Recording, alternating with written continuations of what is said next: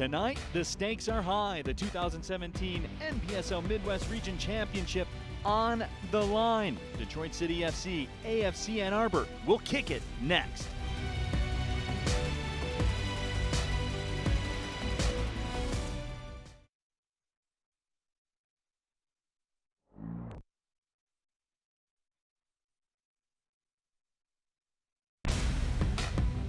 Tonight, the stakes are high. The 2017 NPSL Midwest Region Championship on the line. Detroit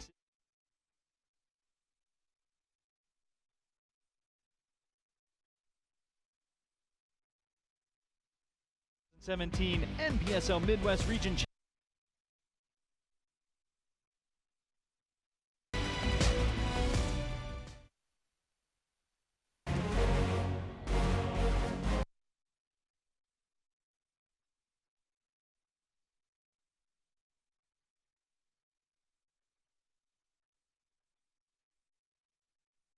From Keyworth, next.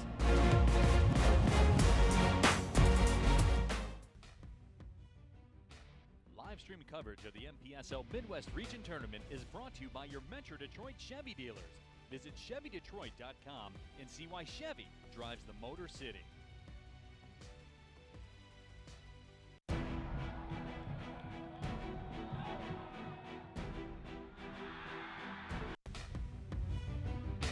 Live stream coverage of the NPSL Midwest Region Tournament is brought to you by your Metro Detroit Chevy dealer.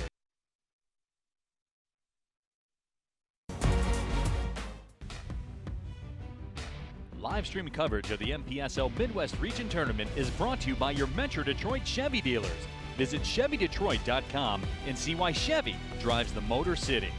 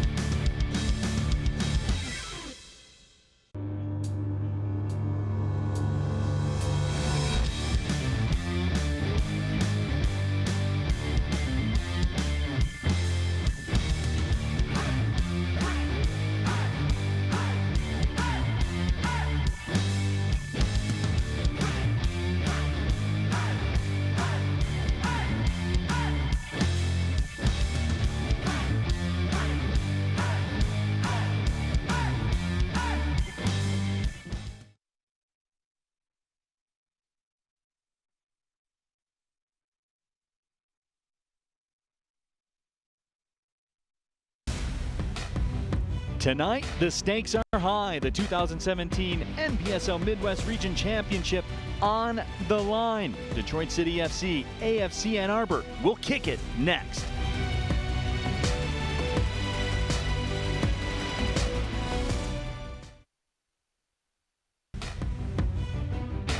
Live stream coverage of the NPSL Midwest Region Tournament is brought to you by your Metro Detroit Chevy dealers. Visit ChevyDetroit.com and see why Chevy drives the Motor City.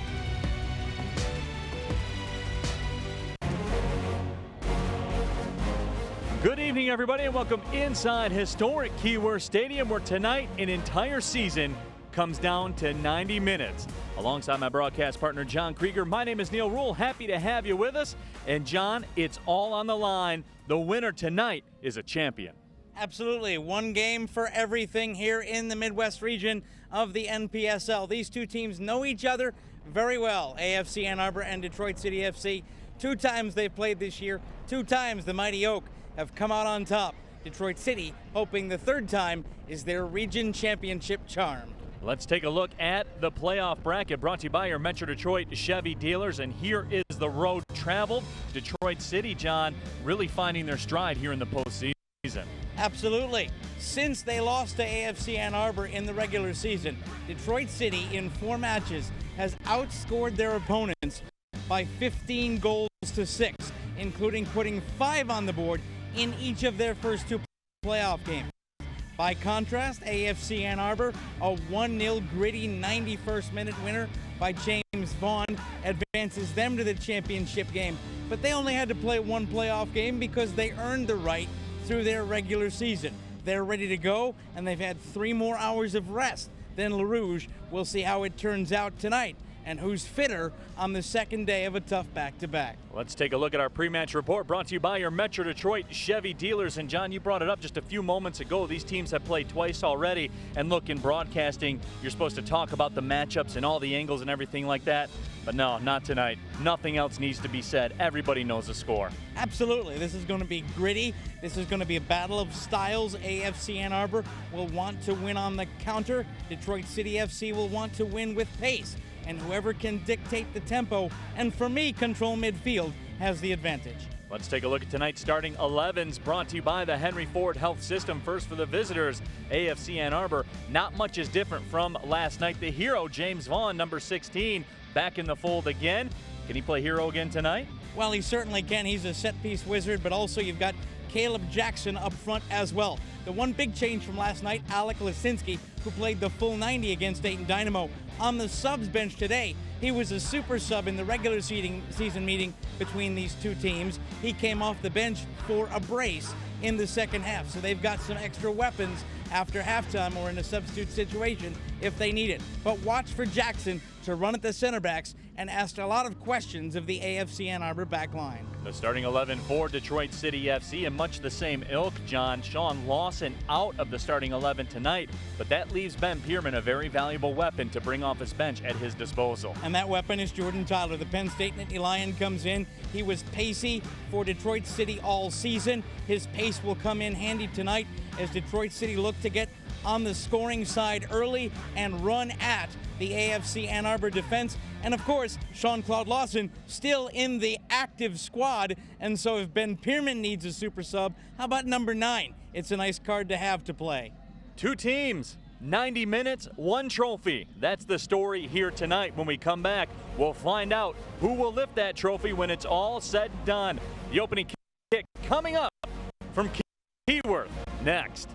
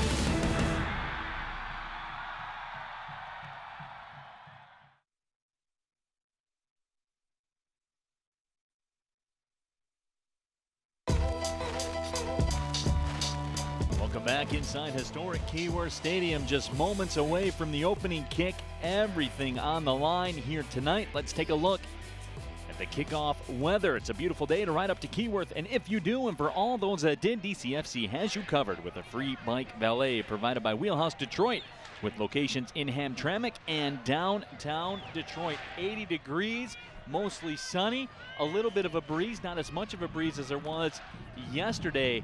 But John, the weather is perfect, the stakes are perfect. This is everything you want. An entire season boils down to this 90 minutes tonight. You know, I was having a chat with some of the Detroit City FC staff before this game tonight, and they said, you know what, this is why we started training back in early May. This is what we were gunning towards when they started in tryouts in February and March and recruiting players, and they started the season no wins, 2 draws and a loss, and they got all the way to the Midwest Region Final on their home ground in front of the best supporters in sports, with the drums going stronger than ever. This is a great night for the game. It's a great night for the NPSL Midwest Region, and it's a great night for AFC Ann Arbor too. They got their first playoff win in club history 24 hours ago. They're now 90 minutes away from their first region championship. And you have fan base from both sides, fans out in force, the Northern Guard, for my money, the best supporters in sports, period, and a strong visiting contingent here as well from AFC Ann Arbor. This is what the game needs to grow. Organic, homegrown, supporter-built, for the supporter football right here in downtown Detroit. And as you can see on your screen, people rolled out early here today. There is some juice in this building. All these fans are ready to go. They were here early, as I said. They're here often and in huge numbers. I mean, look, this place is full. We're still 6 minutes away from kickoff. People aren't still matriculating in. They're not straggling in. They are here. They are ready to go. I'll tell you what, I pulled into the parking lot and when we show up about 2 hours and 15 minutes before game time, and it was full. Let's go now to the Walkout with LaRouge, brought to you by Metro PCS. Dealers welcome you to tonight's 2017 NPSL Midwest Region Final. Please welcome Detroit City FC and AFC Ann Arbor.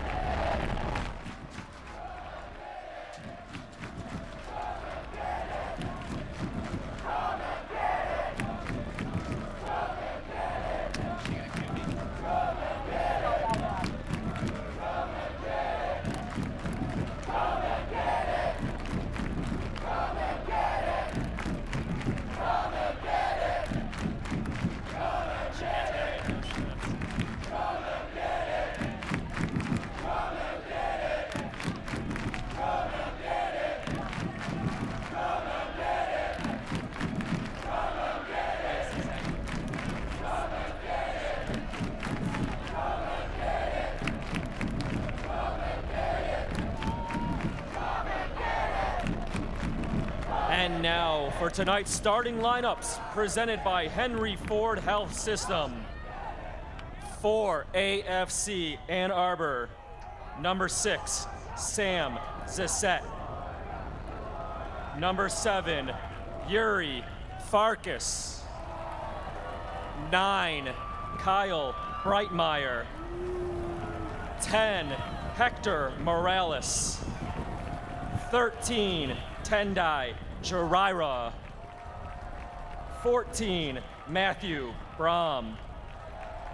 16, James Vaughn. 17, Caleb Jackson. 19, Jake Roof. 20, Benjamin Thornton. 34, TJ Tomaso. And the head coach of Ann Arbor is Eric Rudlin. Your official for tonight's match are Kari Williams, Carlos Levy, Nate Hegarty, and Nick Balser. And now for your hometown Detroit City FC. Number 96, Omar Sinclair. Number 97, Tyrone Mundy. 45, Jordan Tyler. 19, Roddy Green. 14, Zach Bach. 13, Bakey Goodman. 11, Troy Watson. 10, Cyrus Sadie. 5, Stephen Carroll. In goal, 0, Fernando Pina. And number 18, the captain, Dave Edwardson. Your head coach of Detroit City FC is Ben Pierman. Technical advisor, Klaus DeBoer. Assistant coaches are Jordan Andrews, Josh Rogers, and Brett Mullen. Now, ladies and gentlemen, please rise and remove your hats for the national anthem, led by the Detroit City FC supporter section.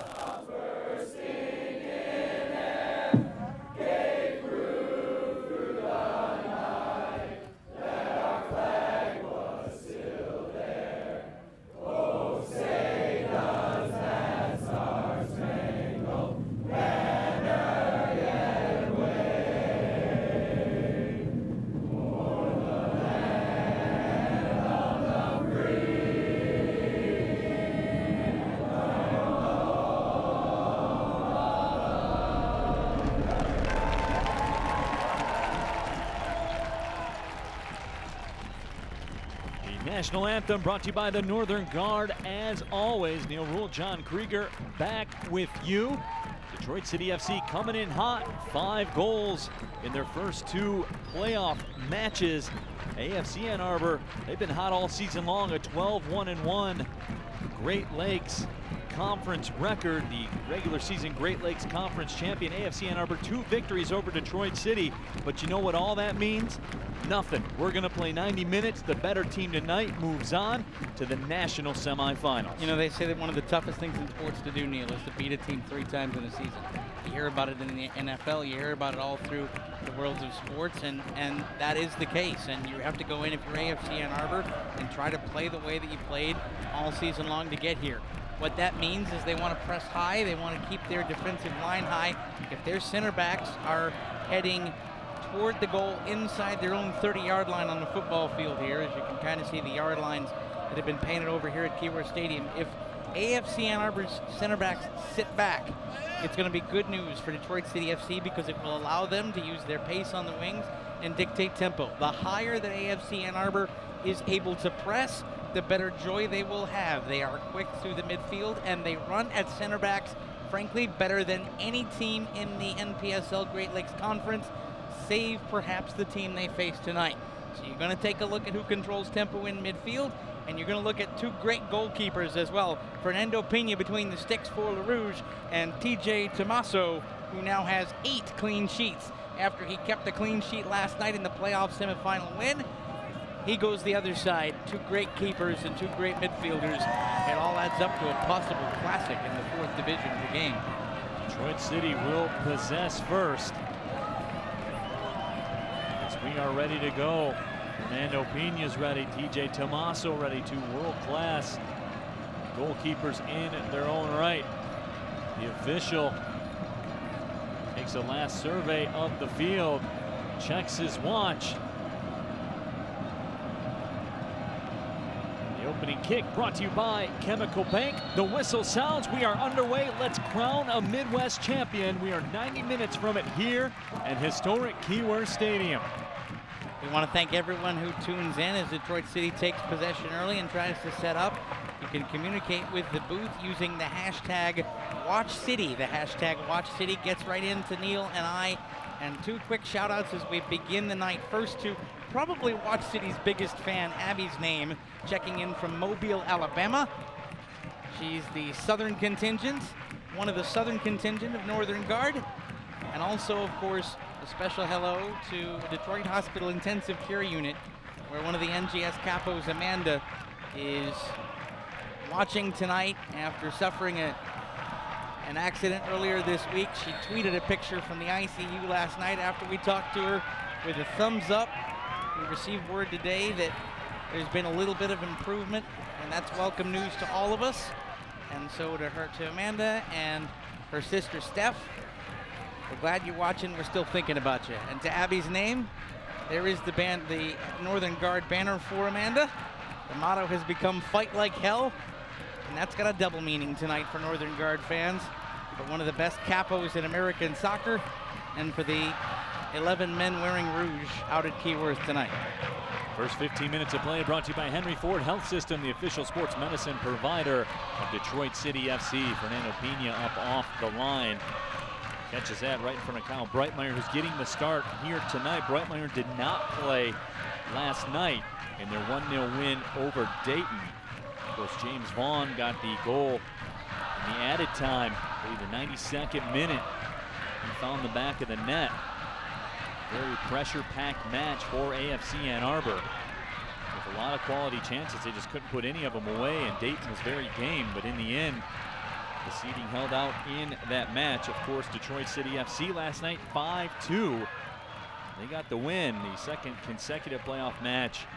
They put 5 in the back of the net. So AFC Ann Arbor now with the throw-in. And John, it was interesting. We talked with AFC Ann Arbor head coach Eric Rudland before the match, and he mentioned how he was going to, and you were just bringing it up, he's going to use and defend at a very high line and really move forward defensively. And John, that's a bit of a risky proposition coming off of 90 minutes of action yesterday. How long is a realistic timetable to be able to keep that up? Well, and the answer is I'm not quite sure that they can. And if they do, it'll be very good for AFC Ann Arbor, and more power to them, and we'll congratulate them as regional champions. But on a quick pitch like this at Keyworth, the higher you press, the more razor thin of a margin for error you have, because the ball will run on this pitch tonight. And also with the pace that City has on the wings, and with that up front trio of Jordan Tyler and Roddy Green and Tyrone Mundy, the higher you press, the more likely it is you are vulnerable to getting beat.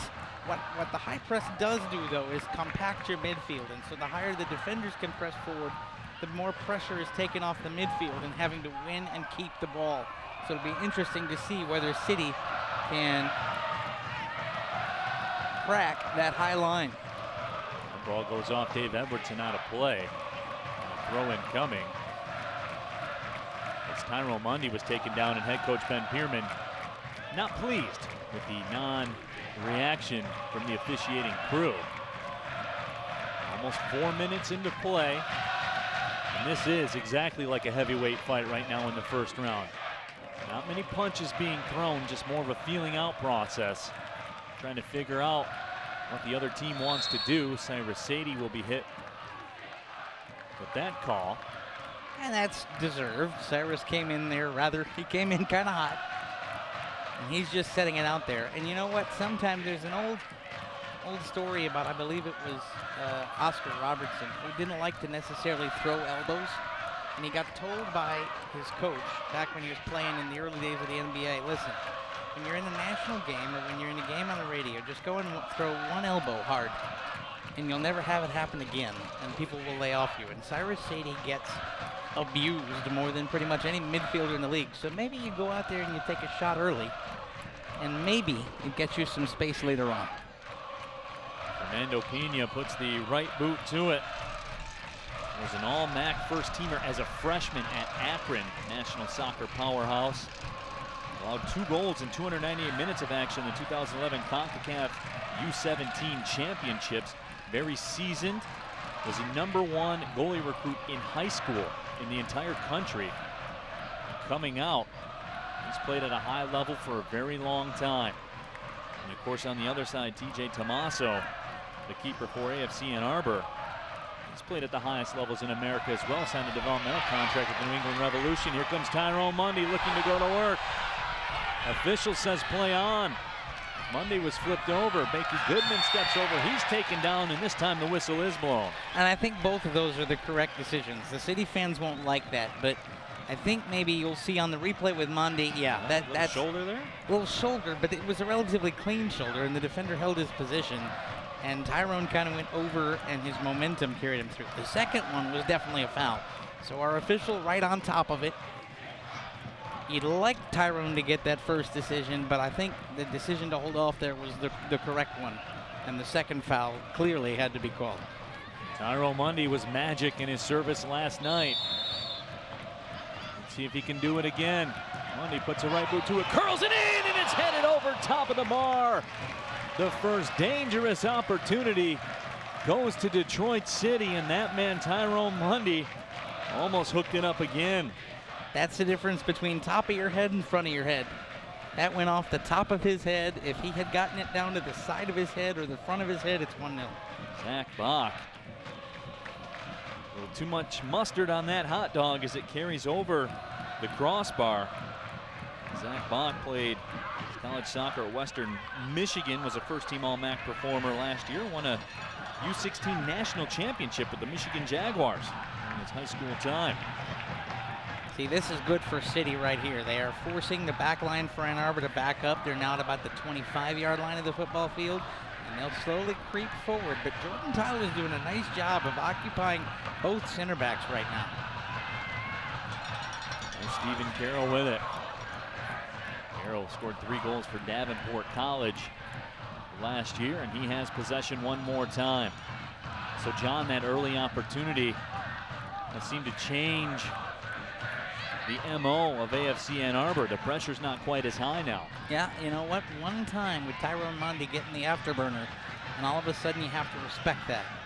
The other side to that point is that AFC Ann Arbor can do the same thing. Caleb Jackson is just as adept, and so is Cal Breitmeyer at getting through defenses. And so you take a look at that if you're City and know that it can come at you from the other way and you can't switch off. Just 8 minutes down. No score in the 2017 NPSL Midwest Region Final. Throw-in headed down. Becky Goodman will try to settle it.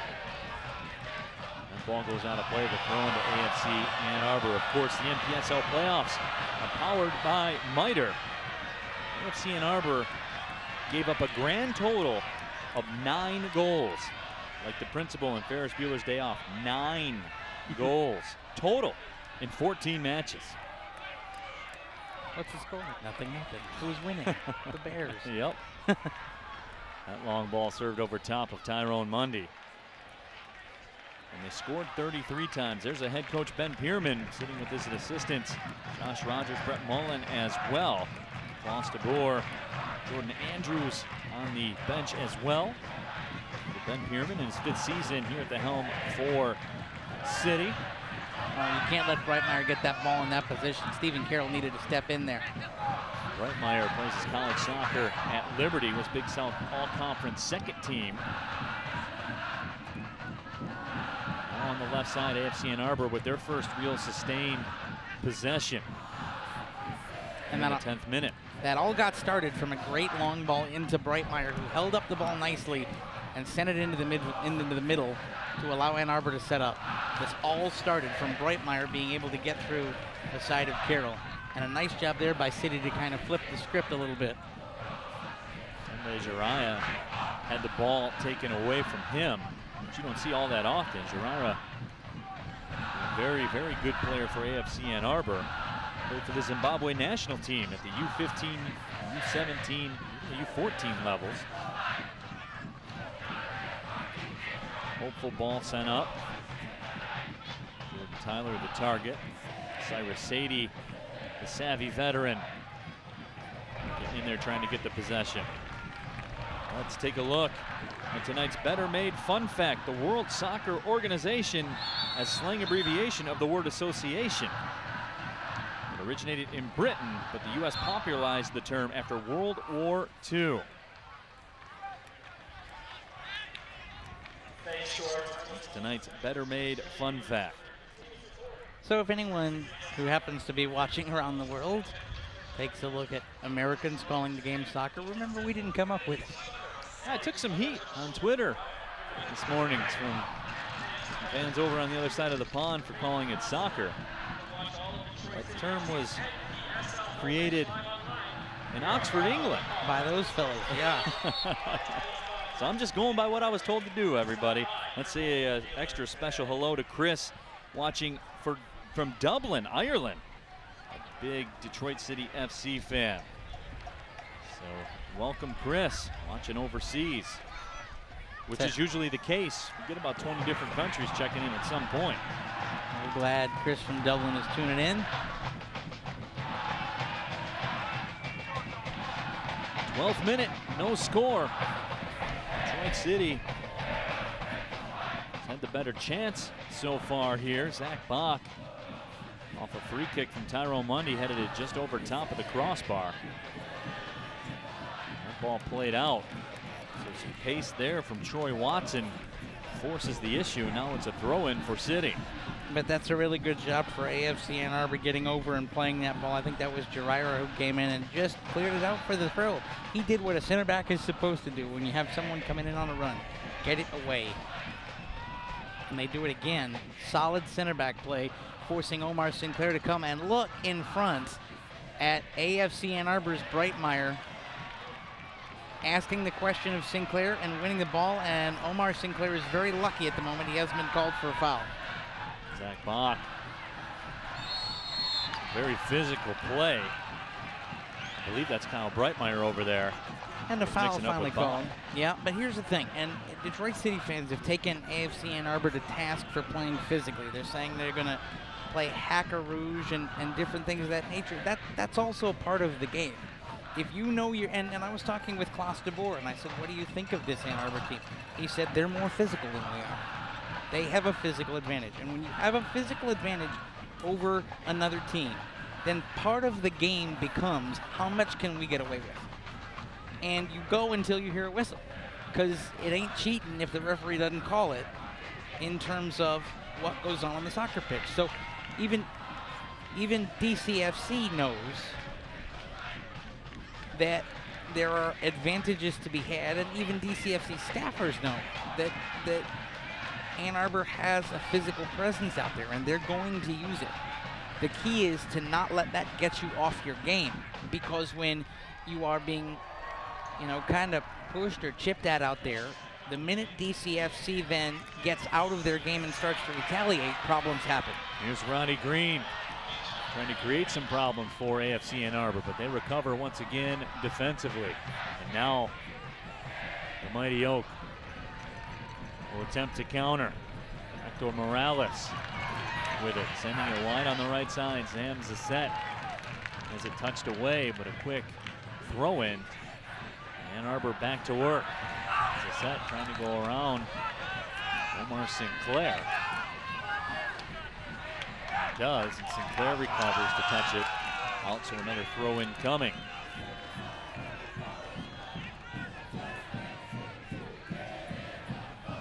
AFC Ann Arbor coming forward, and their defense with a very high line right now. Feels very compact. Manchester City was awarded that throw in. Send it into the captain, Dave Edwardson. Pops it high in the air for Tyrone Mundy. Wow, that's a mismatch in size right there with Matthew Brame and Tyrone Mundy. And Tyrone just conceded that. Right. That's wise. To Morales. Zassett. Throw-in coming for AFC Ann Arbor. It's been tough sledding, John, so far in the first 14.5+ minutes for AFC Ann Arbor, really to build any sustained possession. We've seen them be able to matriculate it up the field. However, no real connectivity in terms of passing. No, and you're absolutely right. City's done a good job of hanging on, but Neil, if I have to be honest, as that is a scuffed shot, and City should be thankful for that. I've seen an awful lot of good shape from AFC Ann Arbor, so I think it's a matter of when, not if, you'll see that pressure, because between the two sides, AFC Ann Arbor is keeping to the shape they want to more. There's Farkas in. Ball is loose, and a shot, a big-time save made by Pena. Another save by Fernando Pena. Oh, Pena closed the door on Hector Morales and keeps this a scoreless match. Hector Morales, the former Cuban national player, and he just went up against another international caliber man, and the American won twice. Fernando Pena, the better save was the second one. He had to go down to make the first, and he got up quickly and in keeping position. Here comes the corner now from AFC Ann Arbor. Ball served in, and it's headed just over top of the bar. Oh, an ultra dangerous opportunity that goes by the boards. I believe it was Caleb Jackson that was right at the crossbar. How did he miss that? He was right in front of the goal. Yeah, sometimes it's harder to miss than it is to score, and he took the hard way. But you know what? You were talking about the fact that you hadn't seen sustained pressure. There's your pressure. There you go. Coming right in. Their shape, AFC Ann Arbor's shape, has been better than Detroit City's for most of this match. And a great save by Pena, and then a missed header. City need to get back to playing City's way. Right now they're looking tentative. Next 15 minutes of play brought to you by Fago, the official pop of Detroit City FC. Up the left side, Dave Edwardson on the move. That ball's played out, and a goal kick awarded, much to the chagrin of the Detroit City bench. We have an AFC Ann Arbor player down on the turf.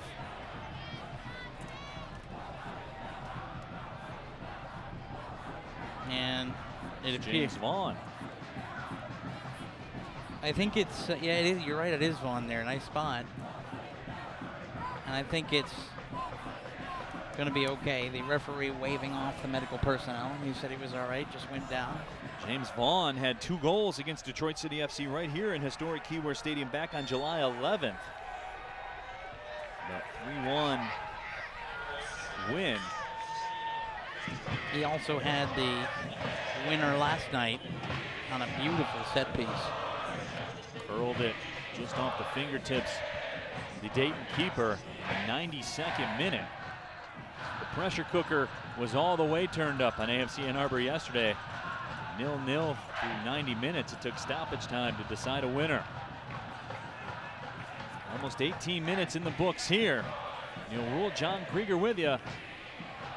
We're level at 0. But that is not the story. Fernando Pena has been the story, especially in the last 5 minutes. Making some acrobatic stops. Keeping AFC Ann Arbor off the board. Zach Bach had a header go just over the crossbar in the first 10 minutes of play. That is where we stand. You can tell it's a championship match, folks. Midwest Regional Final. So smart there in midfield to turn that around and reset. And that's a nice little 1-2 play. And Zach Bach comes back, and that was not the clearance you wanted. And thankfully a teammate saves his blushes, because that wasn't Zach Bach's best. Stephen Carroll comes in to clean up the mess. So for now, City off the hook. Got some more tweets coming in with a hashtag #WatchCity. Ryan K says, I'm watching in Ann Arbor. Let's go City. Trace checks in from Iowa. City till I die. AJ Pettix tweeting in says, well, my body is here in Virginia. My heart and soul are cheering for my boys, Detroit City FC, in the playoff finals. And how about Chris Monroe at SGT_Monroe? He is in Nuremberg, Germany, watching us on a 120-inch screen tonight. That's some reach. No doubt about it. Worldwide audience here for historic Keyware Stadium tonight as the train rolls through. Something tells me the engineer might know there's a soccer match going on. There he is. And laid the horn on a little long. The old 2194 coming in. Of course, lots of auto plants in the area. Typically That is what will make up the loads of these trains that roll through. A lot of chassis and those types of things of cars, as Tyrone Mundy is shaken up. Tyrone Mundy's been taking a beating here so far tonight. And that's all about getting him off his game. Tyrone Mundy gives up size to everybody but me, and I stand about 5'4". And so if you're out there and you know he can beat you with pace, you want to get him off his game, because every little hit that you give him, every little chop, it takes a little bit of the energy. It takes a little bit of the pace away. Special hello to NGS Harvard Yard. They're having a city watch party here tonight. Mundy to Cyrus Sadie. They're grilling food, drinking beer, and watching the game. It's pretty much all you need in life right there. Absolutely. Long ball sent in for Mundy. He's not going to be able to track that down, is he? Oh, he almost did. That ball skating across the Keyworth pitch. Shout out to our buddy Gus Macker as well. Says he's working late tonight, but his mom's watching in Lemoore, North Carolina. I like this. She thinks the Seb Harris cutout from yesterday was actually him. It was, wasn't it? I thought so. It looked good enough on camera. By the way, I want to say hi out to a couple of listeners, well, a couple of watchers I believe they're in Kansas City tonight. Oggs, one of the NGS expats, and Doc Marcotte, who are watching tonight. They're decked out in their city finest. Friend David Sabin checking in from Philadelphia as always. Brian in Murfreesboro, Tennessee, with friends from Michigan. They're having a watch party as well. And if we missed you, I'm sorry. They're flying in here tonight. There's no way we're going to be able to keep up with them all, but we appreciate every single one of you. Fernando Pena will swing it back over to Stephen Carroll. 22nd minute. No score. Every minute ticks off the clock. The screw tightens just a little bit, and a little bit more, then a little bit more. You know what? AFC Ann Arbor, frankly, is doing everything right now. On the back end, their line is very high. And on the front end, Kyle Breitmeyer and Hector Morales are running at Detroit's center backs every time they're forced to touch the ball. Cyrus Sadie trying to sneak one through that back line. And he gets a foul. Ooh. And that ball blasted up into the air by Ben Thornton. And the referee had turned his back. And otherwise, I think you might have seen a booking for dissent. If I'm his assistant, I flag him over and let him know, because Ben Thornton sent that one into the stratosphere. Omar Sinclair is going to stand over this. You think it's a Sinclair kind of ball. He scored from almost this spot last night. Now, the one thing that AFC Ann Arbor is doing better, they have learned that his ball curls to the near side. It curls to the left usually, and they've set up a bigger wall with the keeper, Tommaso, on the other side. There's some shenanigans going on in along the line. Roddy Green wore one, and the official saw it, and you know he saw it because he ran right to the offender and is having a chat. So it's Tyrone Mundy or Omar Sinclair. How do you want it? There's some room on that right side. Of course, TJ Tommaso's over there, but a well-struck shot could find that right corner. Let's see. Sinclair steps into it, drives it just wide of the left post. Omar Sinclair with some funk on that shot. He almost did it again. Curled just wide. TJ Tommaso credit though, he was there. He was over there. He was in a better position. Yep. And because he's seen that before, TJ knows that Omar Sinclair can bend those kind of balls and put it toward the post. And Omar didn't miss by much.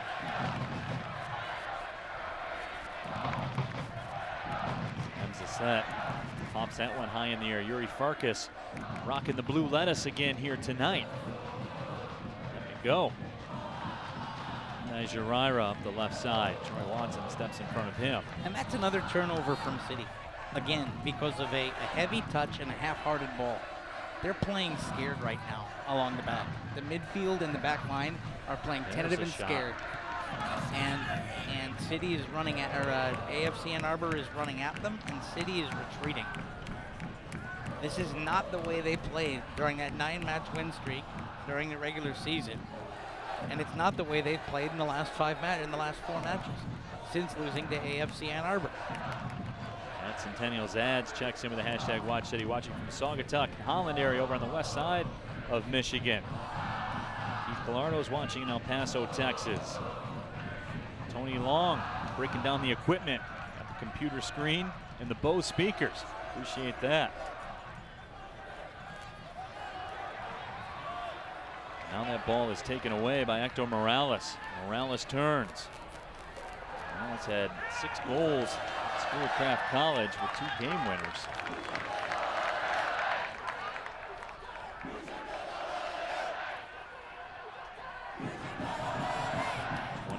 Minute, no score.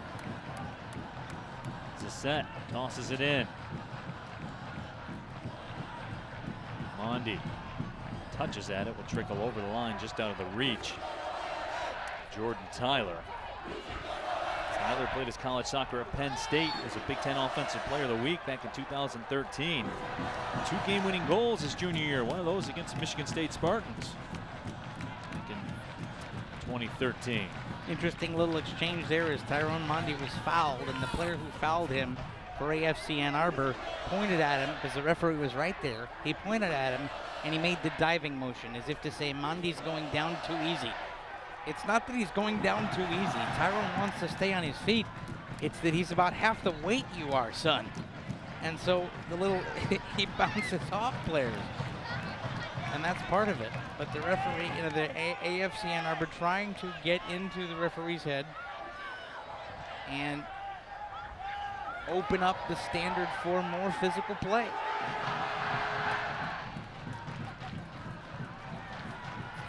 There's Zach Bach turning around. So AFC Ann Arbor closes the door on that right side. Such a good shape for the Mighty Oak in midfield right now. They forced Zach Bach to turn around without having to move 2 feet. The midfield is moving as a unit, and Detroit City is not finding the space and joy in midfield that they need.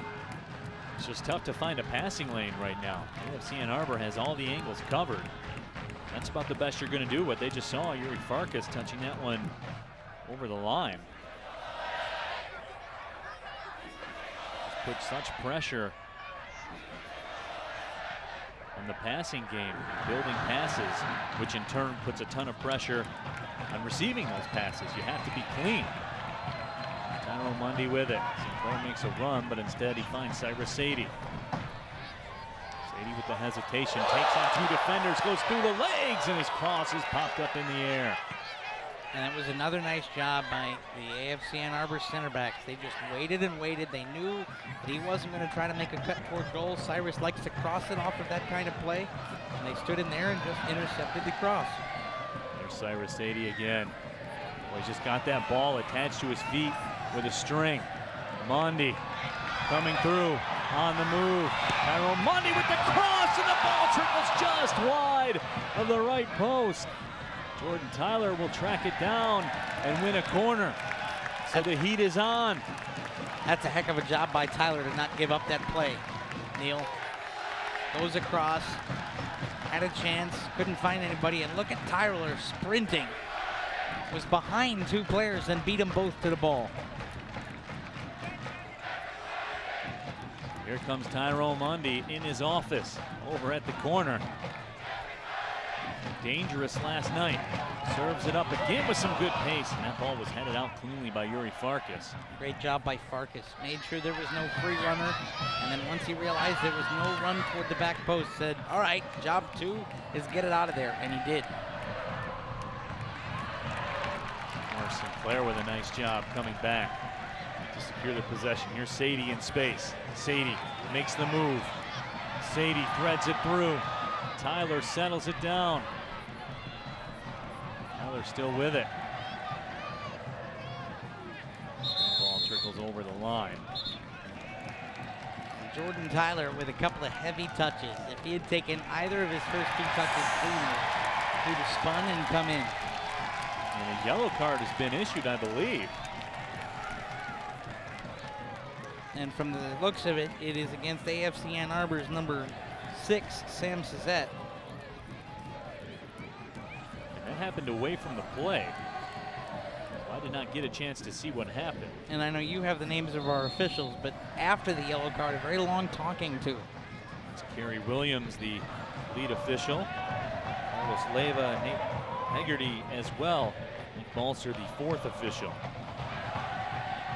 See, and here City, they're willingly taking it back to Pena, and that allowed, look, and you don't see it in the shot, but AFC Ann Arbor's back line immediately up at the 30-yard line of the football field.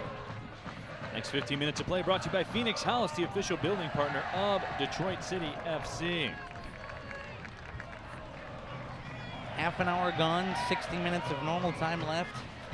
If we're tied at the end of regulation, it's 30 minutes of extra time and then penalties. Which you are a staunch supporter of. Clearly. And you love it. Best and you think it's the best way to decide a game in sports today. Clearly, best thing in sports ever is to completely and totally change the game. I prefer the shootout in the NHL mode than I prefer penalties. And I think the shootout in the NHL is an abomination. Maybe working a home run derby to settle tie baseball games? Oh, God. You're going to try to make me lose my cookies, aren't you? So now you're starting to tell, everybody. You're watching at home. Now you're starting to tell. There's a Midwest Regional Championship on the line here tonight. There is juice in this building. Starting to get a little chippy, a little chatty out there on the field. See, Omarston, whoa, my word. Fernando Pena made a cardinal mistake there. He came out to play that ball and misplayed it. It hopped high on him. There's no doubt about it. Lucky for him, though, there was only one AFC Ann Arbor player in the vicinity. If you're going to come out that far, you better be darn sure you can claim that ball. And that, thankfully for City faithful, went away from any danger. And that's a foul. Yep. Stephen Carroll was thrown to the ground like a Greco-Roman wrestler by Caleb Jackson. And frankly, the referees on it. These referees all are assigned by U.S. Soccer and the NPSL, and they come from farther and farther away as the playoffs go on. So you're going to see better and better officials, and there was actually an official observer here last night from U.S. Soccer evaluating their conduct. So it's taken very seriously, and better people are put in charge of these matches the further we go in the NPSL playoffs, powered by MITRE. We have an update on that yellow card. Matthew Brame, the offending party. Yellow giving for rough play. Which might have been an understatement. I did not see it, so I cannot judge. I'm going on balance of work so far here in the first 32 minutes. We've got a replay of, I believe, the instance that drew the yellow card. We will get a look at it when we get an opportunity. And about now probably looks like a good opportunity. Brame, number 14. Coming in there. Right there. Player was taken down. And then a little punch and grab. Yeah, just kind of getting in people's kitchens.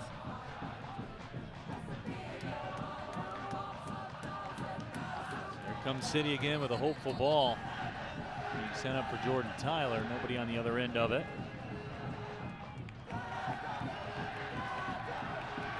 There's Roddy Green trying to gain possession. Instead of throwing will go to the mighty Elk.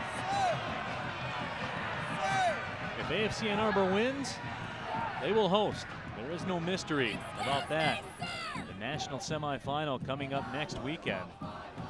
Detroit City FC with a victory, they could host. They get some hope, or get some help along the way. Of course, we still have 50-plus minutes, and here comes an opportunity. Jordan Tyler into the box. Tyler, right-footed shot, and the save is made by TJ Tomaso as he pops up confidently and checks the fit of the keeper's glove. Tyler coming in, and I think he might have wanted to take a step inside, but he had a defender there waiting, so he had to take the short angle shot, and that allowed the Tomaso to use the post as a defender and make the save. So here's Tyrone Mundy again. Another corner opportunity Can't keep giving Tyrone Mundy a crack at it. And he serves it towards the back post. Ball headed on frame, and it's in the back of the net. A goal for Detroit City. Zach Bach got on the other end of the Tyrone Mundy corner kick. Andrews was in the neighborhood as well. If it was indeed Bach, he missed the first time. He didn't miss another time around. We'll take another look at it. Here comes the corner. Bach with the header. Oh, It's no, an it own goal. was. Did Jordan Tyler get a foot on it? I think it might have been an AFC Ann Arbor own goal. Headed in. Jordan Tyler's walking away like he got it. I believe him. We'll give Any it way to you Tyler. slice it, it's a goal for Detroit City. Jordan Tyler.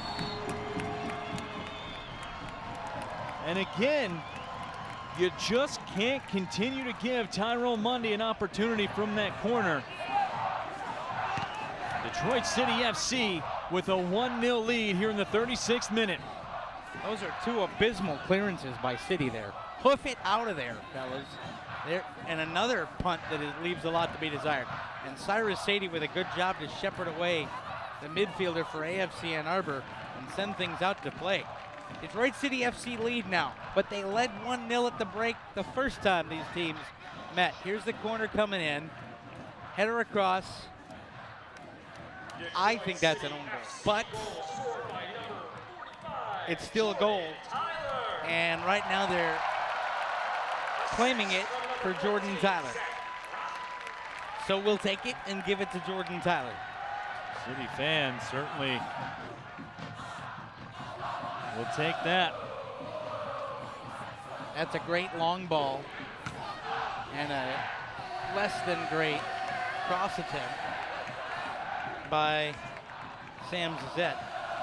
Very important for City to keep their shape right now. They led 1-0 at the break when these two teams met at Keyworth. And Alec Lazinski, who was on the sub bench, came on and scored a brace to turn it from 1-0 down to 2-1 up. City need to learn from those mistakes. More tweets coming in with a hashtag Watch City. Tony Weatherly tweets at us, says, my parents Monica and Dave are watching in Walled Lake, just celebrated 38 years of marriage. Tony's in the stands here tonight, tweeted the picture of his parents. They're in their City gear, so happy anniversary to them. Wampus tweets at us, says the difference between AFC Ann Arbor's backline and that of Duluth FC is night and day.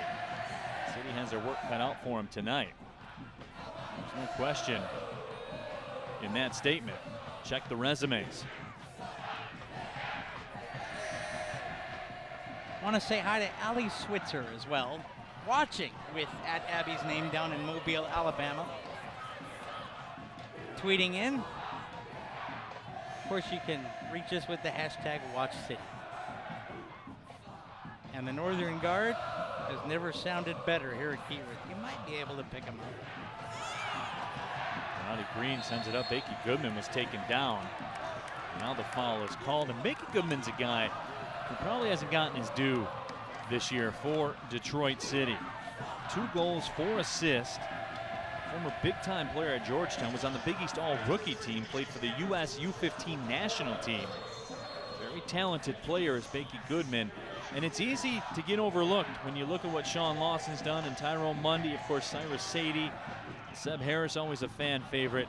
Bakey Goodman's the kind of guy you win championships with. Yeah, he's one of those gritty guys. Not a real flashy guy. See, but he's 2 goals, 4 assists. He puts up the numbers. He does, but you know what? Yes, he's scored 2 goals and 4 assists, Neil, but his contribution has been just being a rock in midfield. James Vaughn and Cyrus Sadie having some words right now. And Cyrus Sadie, who you never see emotion from, is a bit fired up right now. And James Vaughn having some words. So AFC Ann Arbor right now, John, down a goal, maybe losing a bit of composure right now.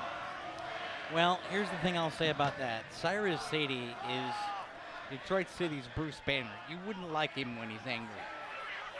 And I think he's a little angry right now. Troy Watson chips it up towards the box. Edwardson makes a run, as did Bach. You know, that was designed to be a two-stage play, Neil, except the puck got too far underneath it because it was lifted toward the side of the area, but what you didn't see on camera was two City players making runs toward the other post.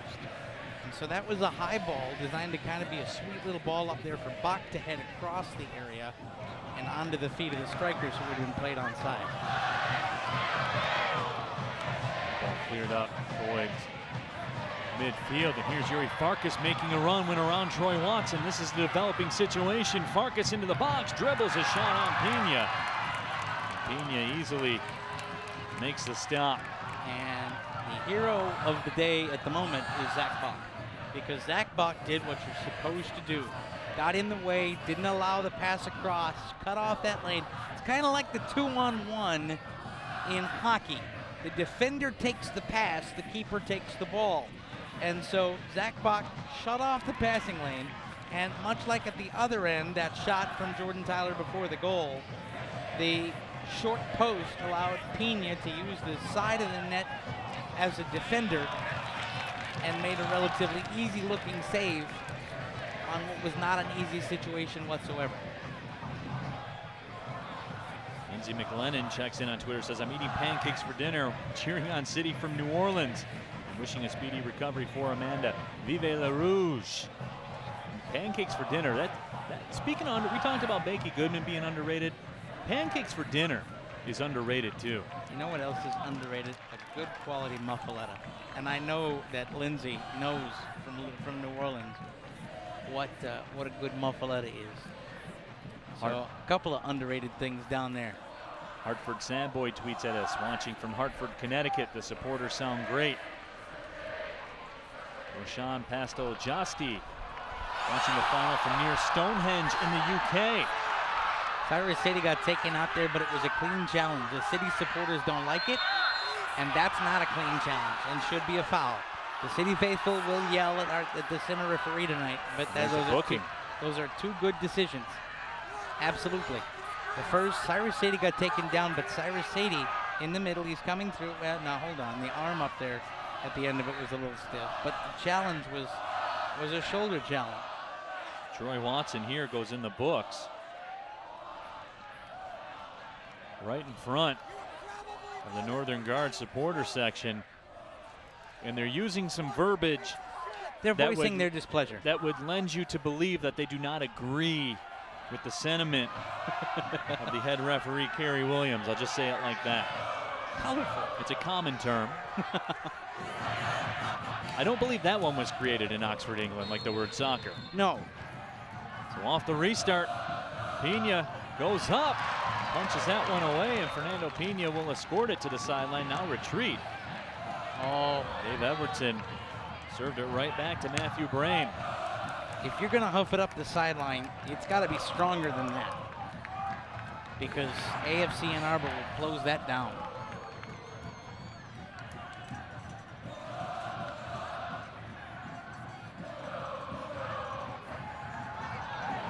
Roof has it taken away. Jordan Tyler to Roddy Green. Green touches it.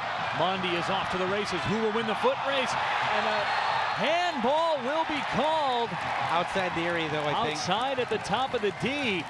But again, Omar Sinclair will have a rip in a very dangerous spot. Now, Detroit City are arguing that this should have been an intentional handball and therefore a booking.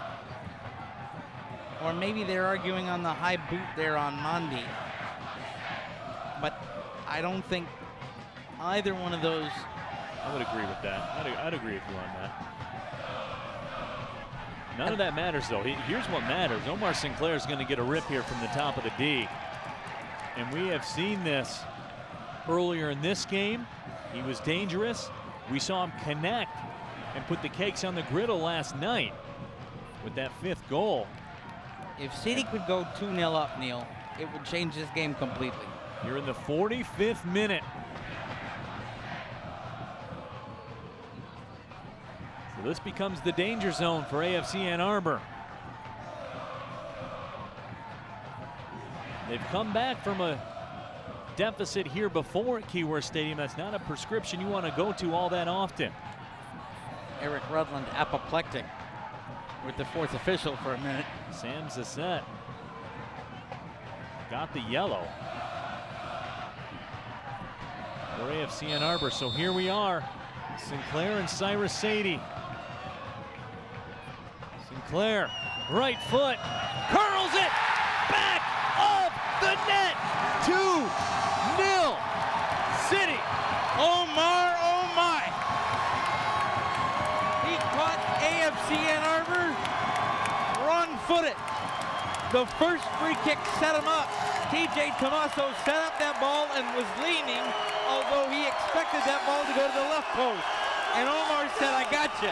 I'm going the other way with a cheeky chip for a beautiful second. And you can see the entire line of AFC Ann Arbor. They were convinced that was going to the left side, but instead, Omar Sinclair pulls the trick on him and goes to the right side. It is 2-0 right as we head into stoppage time. A wry little smile from Omar Sinclair. You think you know me? You have no idea. Now we are in stoppage time here in the first half. How about this developing situation though? Detroit City up 2-0. Again, Neil, though, you got to get to halftime without conceding, so play hard until you hear that whistle, and then you got to play like it's 0-0, because AFC Ann Arbor can score in a hurry. A 10-minute let-off as the halftime whistle goes, and there it is. A 10-minute let-off in the first meeting between these two teams at Keyworth proved the difference for AFC Ann Arbor. 45 minutes in the books. Omar Sinclair, Jordan Tyler, add it together, and it's 2-0 DCFC as City closes out the first half with a fury. They will have a 2-goal lead going into the halftime locker room. A dream first half for La Rouge here tonight at Keyworth. It couldn't happen any better for La Rouge. They're 45 minutes away from their first region championship. Second half's gonna be fun, Neil. So we will take the halftime break, come back, get you the second half of action. Don't go anywhere. 2-0 City at the half.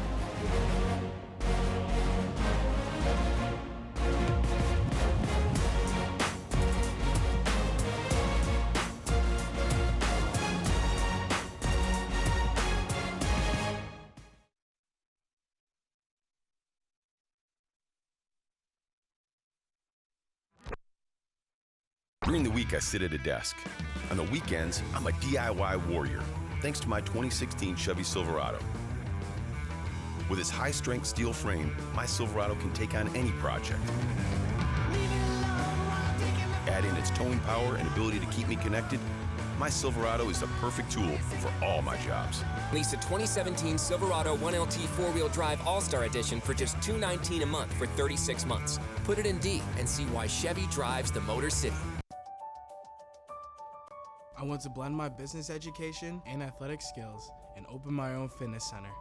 At Lawrence Tech, I'm learning how to research, present, and to really think like an entrepreneur. And I love the small college feel here, where there's always something to do. We have men's and women's intercollegiate sports and dozens of student organizations. I can't wait to apply what I'm learning here in the real world. Lawrence Tech, possible is everything. DTE Energy is committed to giving back.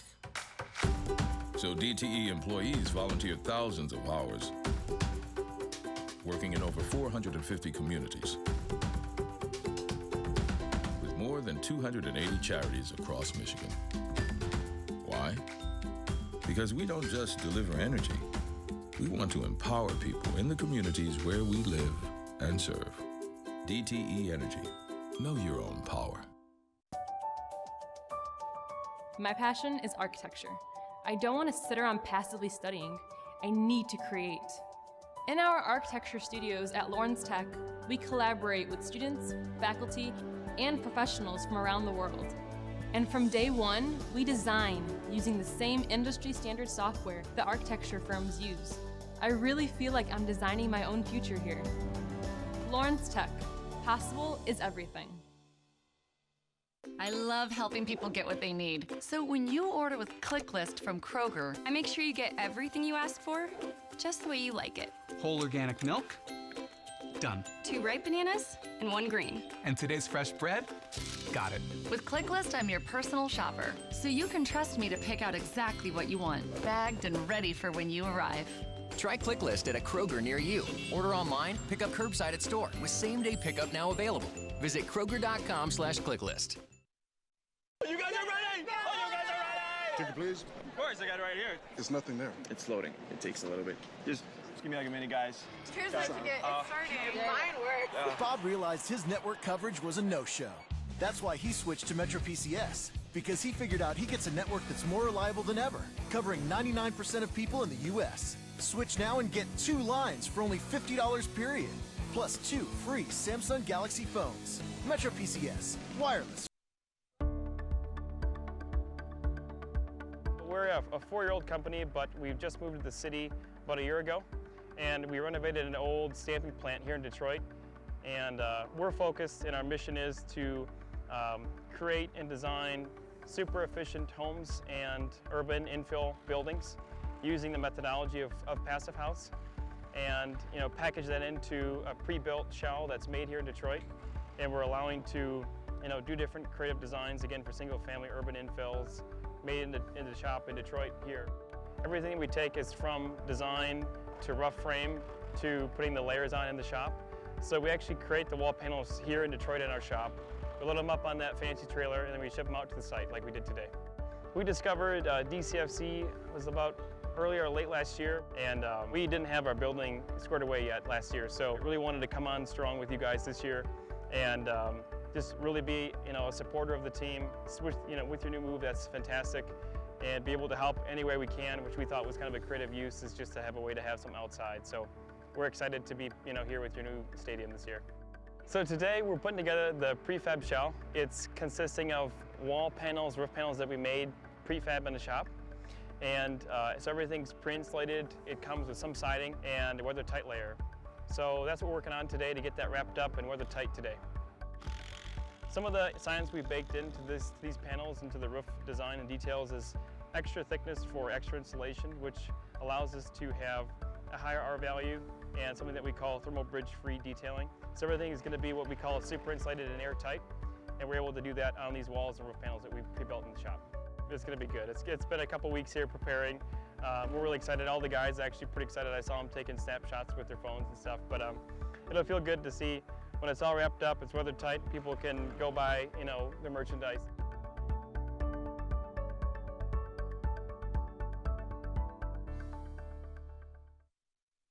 During the week, I sit at a desk. On the weekends, I'm a DIY warrior, thanks to my 2016 Chevy Silverado. With its high-strength steel frame, my Silverado can take on any project. Add in its towing power and ability to keep me connected, my Silverado is the perfect tool for all my jobs. Lease a 2017 Silverado 1LT 4-wheel drive All-Star Edition for just $219 a month for 36 months. Put it in D and see why Chevy drives the Motor City. I want to blend my business education and athletic skills and open my own fitness center. At Lawrence Tech, I'm learning how to research, present, and to really think like an entrepreneur. And I love the small college feel here, where there's always something to do. We have men's and women's intercollegiate sports and dozens of student organizations. I can't wait to apply what I'm learning here in the real world. Lawrence Tech, possible is everything. DTE Energy is committed to giving back. So DTE employees volunteered thousands of hours, working in over 450 communities, with more than 280 charities across Michigan. Why? Because we don't just deliver energy, we want to empower people in the communities where we live and serve. DTE Energy, know your own power. My passion is architecture. I don't want to sit around passively studying. I need to create. In our architecture studios at Lawrence Tech, we collaborate with students, faculty, and professionals from around the world. And from day one, we design using the same industry standard software that architecture firms use. I really feel like I'm designing my own future here. Lawrence Tech. Possible is everything. I love helping people get what they need. So when you order with ClickList from Kroger, I make sure you get everything you ask for, just the way you like it. Whole organic milk? Done. 2 ripe bananas and 1 green. And today's fresh bread? Got it. with ClickList, I'm your personal shopper, so you can trust me to pick out exactly what you want, bagged and ready for when you arrive. Try ClickList at a Kroger near you. Order online, pick up curbside at store with same-day pickup now available. Visit Kroger.com/ClickList. You guys are ready? Oh, you guys are ready? Ticket, please. Of course, I got it right here. There's nothing there. It's loading. It takes a little bit. Just give me like a minute, guys. Here's my ticket. It's starting. Mine works. Bob realized his network coverage was a no-show. That's why he switched to Metro PCS, because he figured out he gets a network that's more reliable than ever, covering 99% of people in the U.S. Switch now and get 2 lines for only $50 period, plus 2 free Samsung Galaxy phones. Metro PCS, wireless. We're a 4-year-old company, but we've just moved to the city about a year ago, and we renovated an old stamping plant here in Detroit. And we're focused, and our mission is to create and design super efficient homes and urban infill buildings using the methodology of Passive House, and package that into a pre-built shell that's made here in Detroit. And we're allowing to do different creative designs, again, for single-family urban infills made in the shop in Detroit here.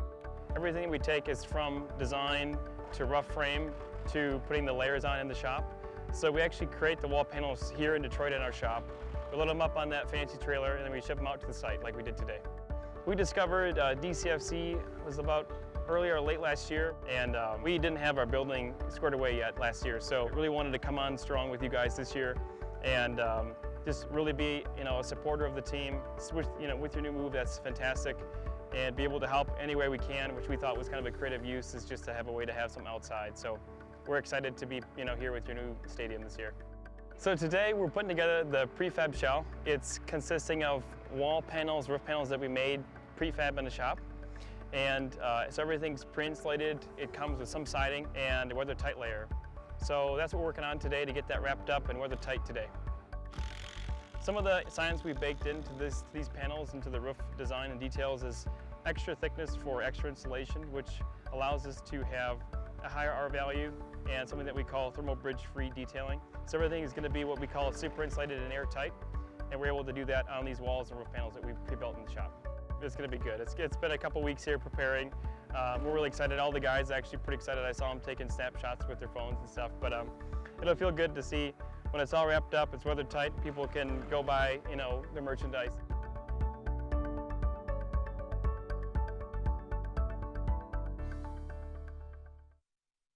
During the week, I sit at a desk.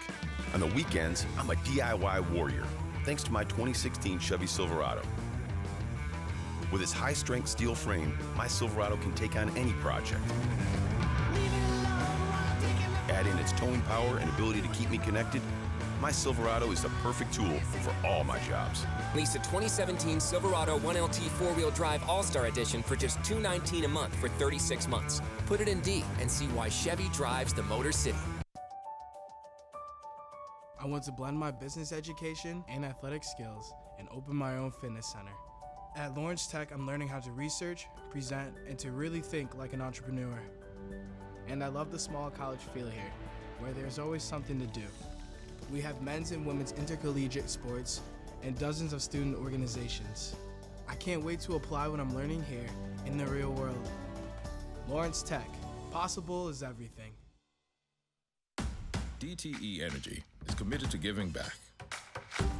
So DTE employees volunteer thousands of hours, working in over 450 communities, with more than 280 charities across Michigan. Why? Because we don't just deliver energy, we want to empower people in the communities where we live and serve. DTE Energy. Know your own power.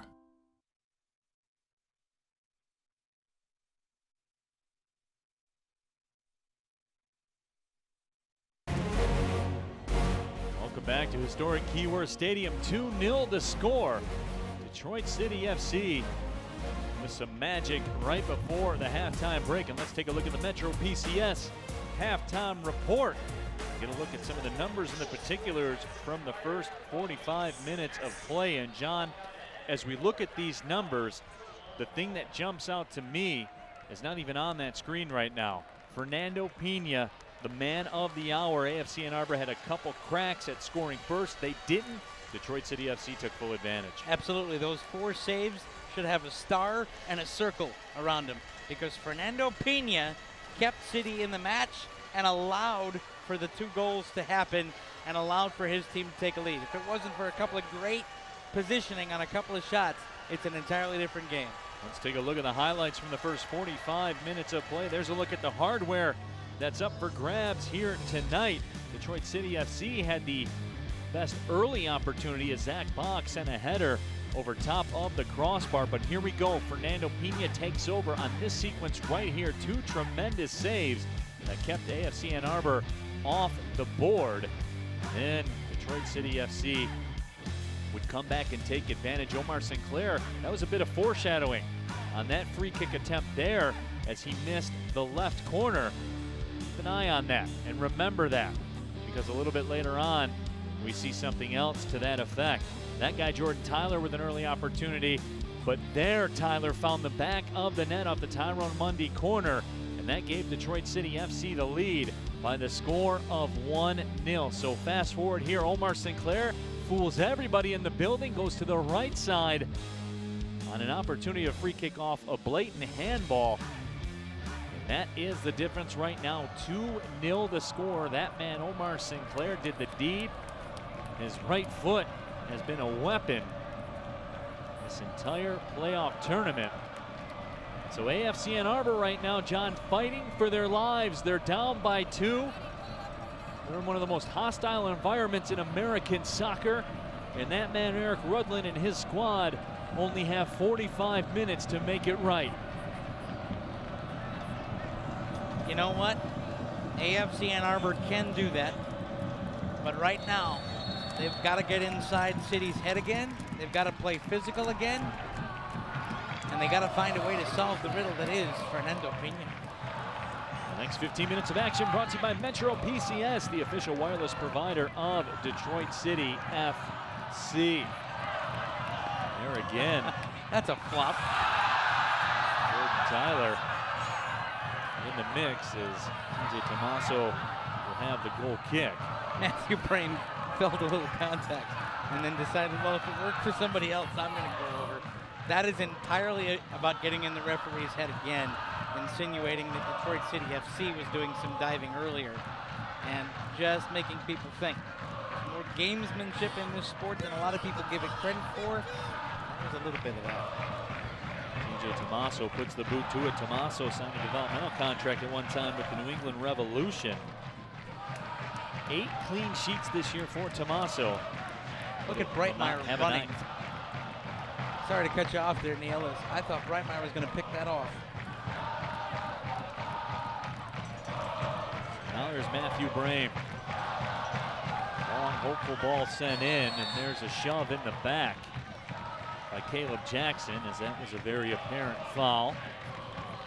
So, John, we see right away in the beginning, AFC Ann Arbor, and this is something new to them. When you're 12-1-1 during the regular season, and you've given up 9 goals, you're not used to being down by multiple goals. So we will see something maybe we haven't seen from AFC Ann Arbor right now, how they respond being down by 2. Well, you wonder how long, because they're keeping their same shape, and they're keeping the same system for now. I have a feeling the team talk from Eric Rudland was a lot of trust the process and go out and do what you know you can do. But at some point, you're going to have to chase the game, and you're going to have to see the defensive-minded set that has gotten AFC Ann Arbor to this point change. You're going to have to see the midfielders come forward. You're going to have to see the fullbacks that don't normally come forward and venture too far up the pitch come up and try to create some chances. And that's going to create some holes if DCFC can exploit them. That ball trickles over the line, so a throw-in coming for City as Troy Watson will toss it back in. There's also in the screen a look at Jeff Peja, the brand manager for the NPSL. He is here on hand tonight. He will be presenting the Midwest Region Final Championship Trophy to the winning side.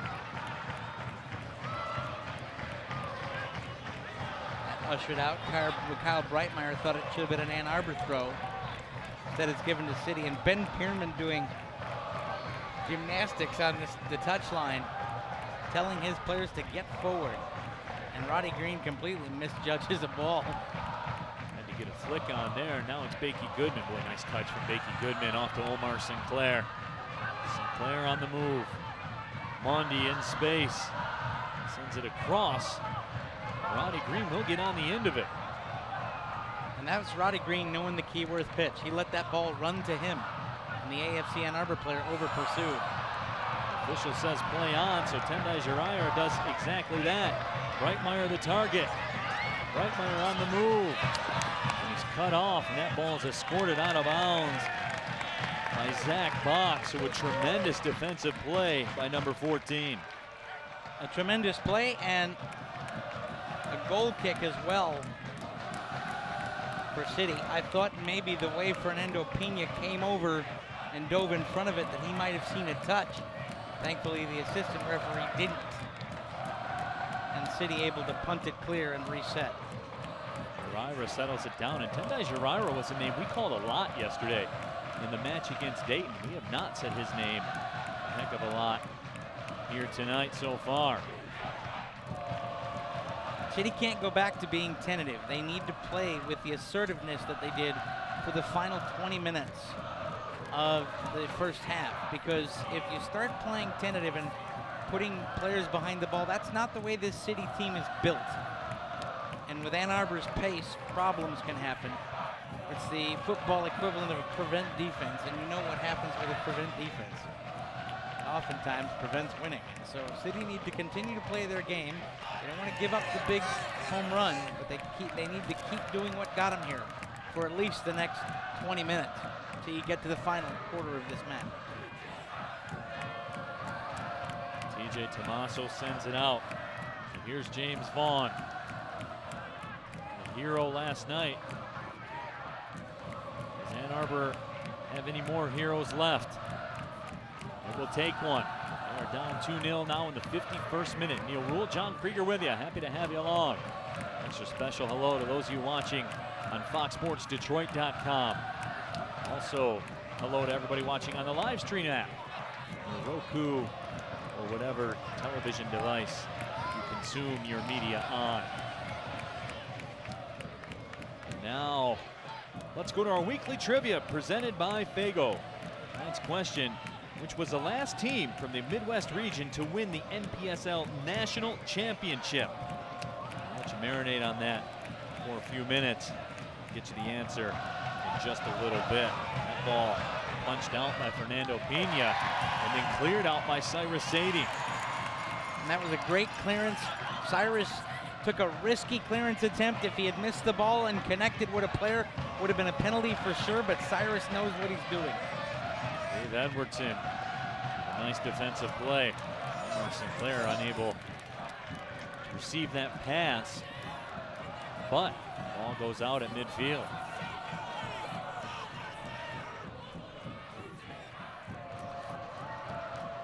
Neil, you know, I've been a broadcaster for about 20 years, and I've been in some pretty high-pressure situations. I don't know I've ever seen an atmosphere like I've seen tonight here at Keyworth, and I don't know that I've seen a supporter section with more investment or energy than the Northern Guard. The energy is coming across this pitch in waves, and I guarantee you LaRouge are feeding off of it. I'd like to extend a big hello to Ollie and Cass, watching City from up north. Both of them love Detroit City FC. They also played in the Detroit PAL League. So a big hello to Ollie and Cass watching up north. We appreciate you checking in. Cyrus Sadie turns with it. Look at Cyrus win that ball and then deliver a great ball for Omar if he can get there. Sinclair does. Back to Cyrus Sadie, at least he wanted to. He hasn't yet. Ball still at his feet. Now it's tapped out and throwing for AFC Ann Arbor. Omar Sinclair not pleased with the work Gary Williams, the referee. What a step There's in. a giveaway. And here comes Jordan Tyler. Left side, Mundy, the cross. And that shot actually will go into the side of the net. And you might say, why is he taking that shot from that angle? Well, first of all, he scored from about 5 feet further out last night. But second of all, and this was a nice job by Sam Zizette, look at him step in and deny the cross. Coming across, Zizette with a great slide in there. And so Mondi knew the only chance he had was to lash and hope, because Zizette got in good position, and right there with him was James Vaughn. I think originally Mondi did want to go to the cross. As he looked up, you saw him as he received that ball. Looked across to see exactly what was going on, but as you said, Sam Zizette closes the door. Jesse Musquay coming in, Quincy Allen coming in. So now, and you missed the first substitutions of the evening for AFC Ann Arbor. The biggest one was Alec Lasinski came on. Number 8, the first sub, and this game just changed. Because Alec Lasinski knows how to play on this pitch. He knows how to run on this pitch. And the last time he came in with 53 minutes on the clock, he scored a brace before we hit 70 minutes. I didn't miss it. I was trying to build it up. Aha. Yeah, that's what it was. But All speaking of build up, Sean Lawson into the game now for Detroit City FC. So Eric Rudlin goes to his bench. And Bierman goes to his bench. 55th minute, 2-0 is the story. City with the lead. So we'll see how this changes things. Jarira making the turn, now moving through midfield. The ball from Tendai Jarira. Jakey Goodman. Stop that pass, and Sean Lawson has it. Lawson across for Jordan Tyler. Tyler between the legs. Oh, how about that move he pulled on Jake Roof? And Cyrus Sadie taken down in the midfield. That's going to be a booking. And the yellow card has been issued. And that intent was for no other reason but to take Cyrus Sadie to the turf.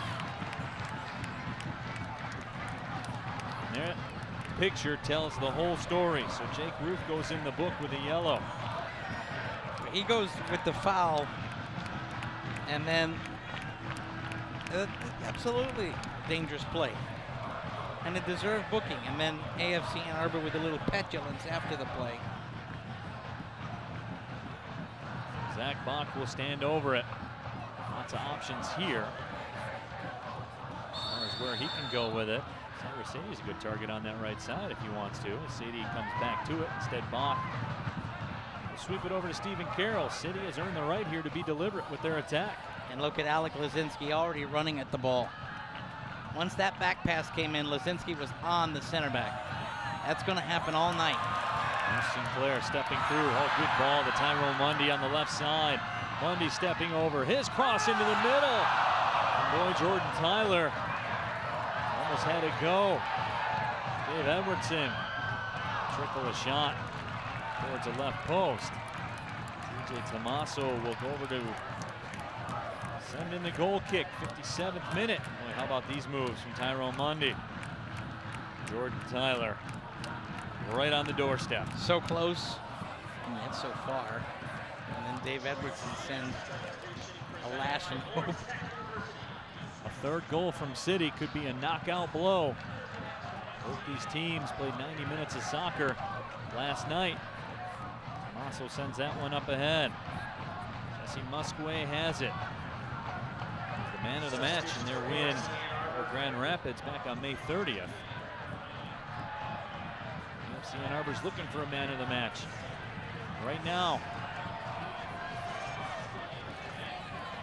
Much more deliberate on the ball, Musquay. No question. Musquay has it. Dave Edwardson over the challenge. Nice two-man game. Musquay has it at his feet. Dave Edwardson, the captain, takes it away and turns and burns it. Vaughn sends it right back in. Here's Caleb Jackson. Roof. Sinclair closes the door and sends it over the line. Another substitution coming for Detroit City. Tyler Moorman comes into the game. I think Jordan Tyler's night is done. And you got a good 57+ minutes from Jordan Tyler, and he will get a standing ovation from the fans here at Keyworth.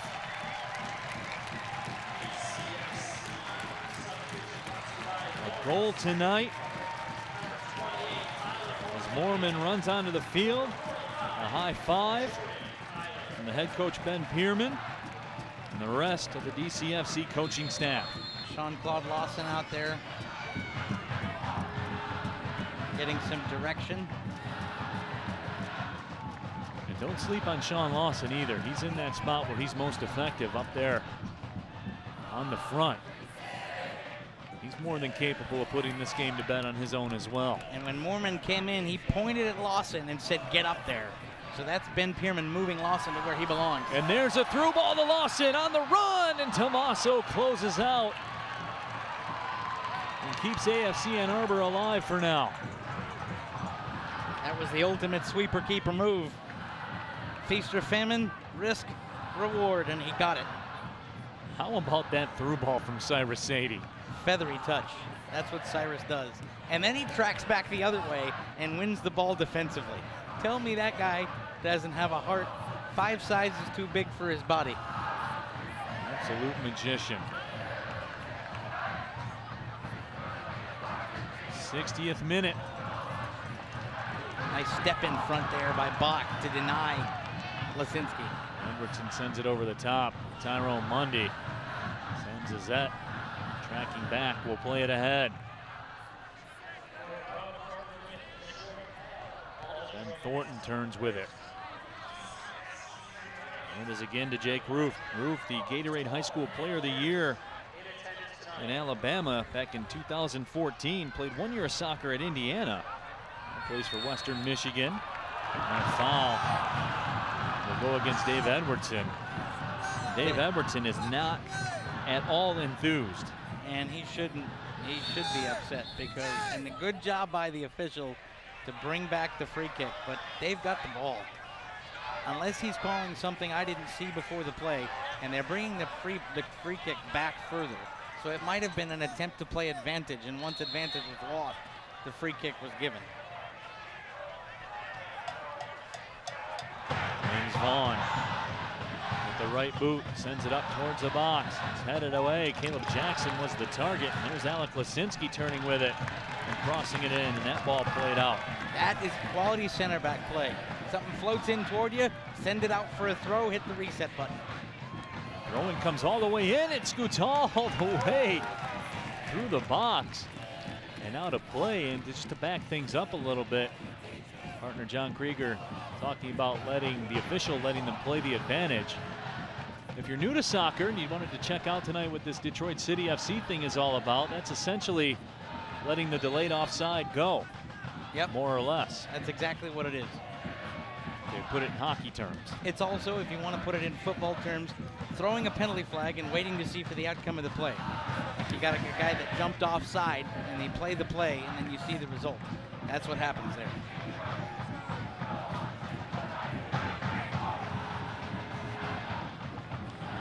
City's center backs looking, and that's a, did they call a foul? He might play it. Cyrus Sadie's down. That ball served into the box, and it goes just wide of the left post. Caleb Jackson with a dangerous opportunity. Cyrus Sadie is down. Next 15 minutes of play are brought to you by Rip It, the official energy drink of Detroit City FC. Let's take a look at just how close that opportunity was for Caleb Jackson. He didn't miss by much, and it's because Cyrus blew a tire, and that allowed AFC Ann Arbor to get on the ball, and Cyrus holding his shin.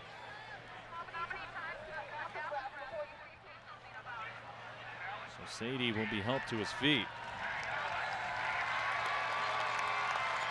Cyrus says, I don't need the medic. I'm going to walk this off. Cyrus Sadie, it's going to take more than that. Oh, look at Lasinski challenging Carroll, forcing that. 2017 NPSL Midwest Region Final up for grabs. It's going to take more than that to get Cyrus Sadie off the pitch.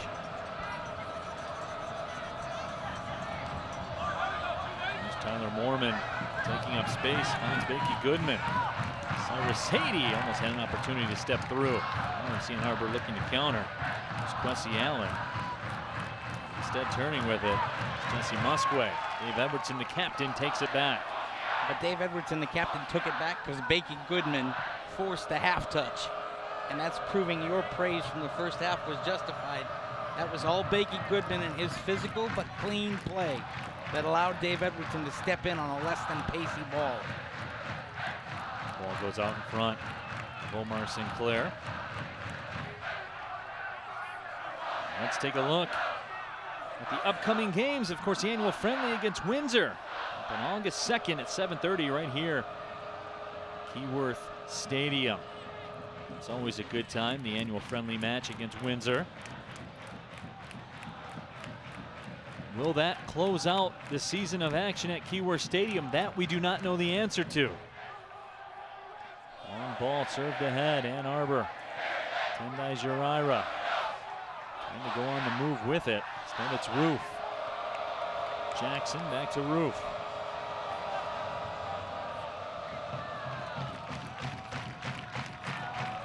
Vaughn. Brame. Juraira to Brame. Long ball sent in, and that will scoot over the line for a goal kick. And now let's get you the answer to our weekly trivia question presented by Fago. This week's question: which was the last team from the Midwest region to win the NPSL National Championship? AFC Cleveland did it last year. Back in 2016, they won 4-2 over the Sonoma County Seoul FC side. So the Midwest region, the NPSL, looking for the repeat here this season. They will have their representative in about 26 minutes and some change. Right now, City likes their chair in that game. They're up 2-0. 1 quarter of normal time left, Neil. We just hit 65 minutes on the clock at Keyworth Stadium.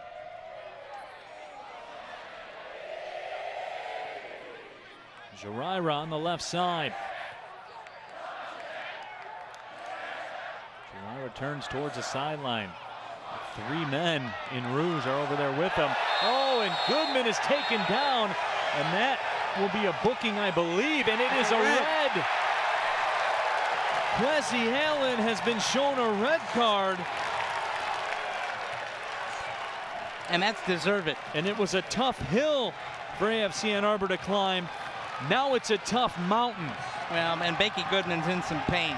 And he got a red because of some violent play, and Bakey Goodman is having to be held down by the folks in Henry Ford Health System colors. Quessy Allen right now giving his opinions to the officials. Now having some words with the fans as well, as he will be shown the door. And the evening is over for Quessy Allen as Bakey Goodman is back up. And let's take another look at this heinous challenge. Oh yeah, that's a red all day heinous, and twice folks. On Sunday. That's brutal. And you have the gumption to complain about that to the officials? Off you go, son. That's dirty. And there was no doubts about it from Kerry Williams. He went right to the pocket and got the red. So AFC Ann Arbor already trailing 2-0, now down to 10 men. That's, you know what, if anybody from AFC Ann Arbor has a problem with that referee, with either the referee or that red card, they have a serious misunderstanding of the laws of the game. That was heinous.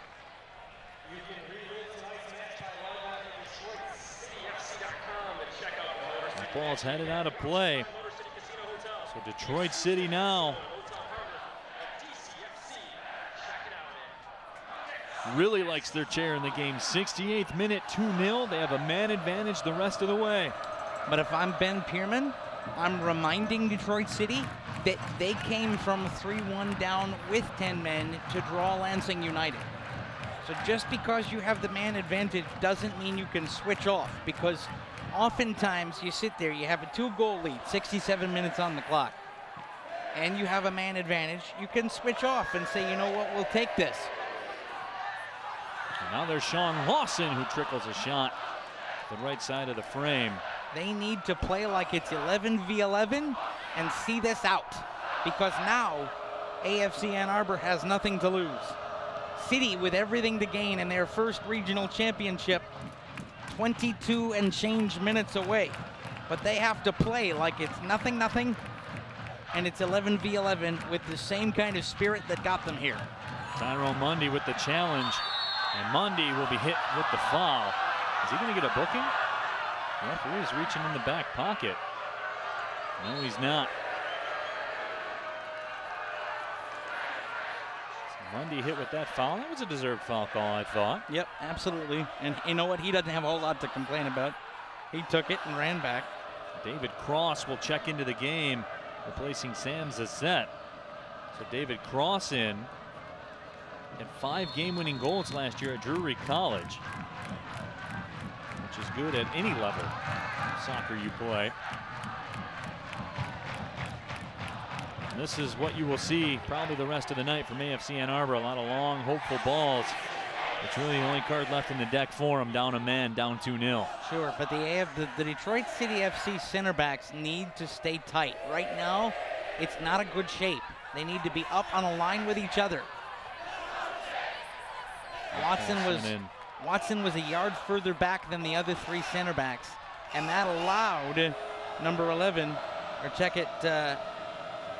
Number 11's in the shower. Number 11's right now. in the shower. That allowed number 19, Jake Roof, to come forward. Ross sends it in towards the box. Another high, hopeful ball. Musquay and Lisinski meet, but Becky Goodman will find Sadie. How about that receive? Cyrus Sadie. And then a beautiful ball, knowing the touch of the Keyworth pitch to reverse the field and let City come forward. Mondi with 2 defenders on him. Sinclair tried to backheel it. Instead, AFC Ann Arbor now looking to try to counter, but it's 2v5 coming back. That ball was played out by Stephen Carroll. Sean Lawson the target. And that ball headed away by David Cross. He was the last line of defense from Sean Lawson being in. An attempt to put the cakes on the griddle. That is where Detroit City sits. Long ball served in towards the box. Headed up in the air by Zach Bach. Good quality clearance to the side, did pop it up. Got it out of the area. And Cyrus Sadie just slowing things down, looking for the deliberate pass and controlling the ball. And a great 1-2 with Becky Goodman through. And here's Tyrone Mundy up the left side with Lawson stepping over, and the shot is blocked. By Jirira, trying to mount the counter, but Cyrus Sadie will escort him across midfield. 72nd minute. The clock, the enemy of AFC Ann Arbor, down by 2, down a man. By the way, we have a rule here on the broadcast. If you tweet at us from an airplane, you go to the top of the line, and that's Christos Michalis. He is somewhere over the United States watching on an airplane, and he wants to send a shout out to a friend watching in Brooklyn, NYC.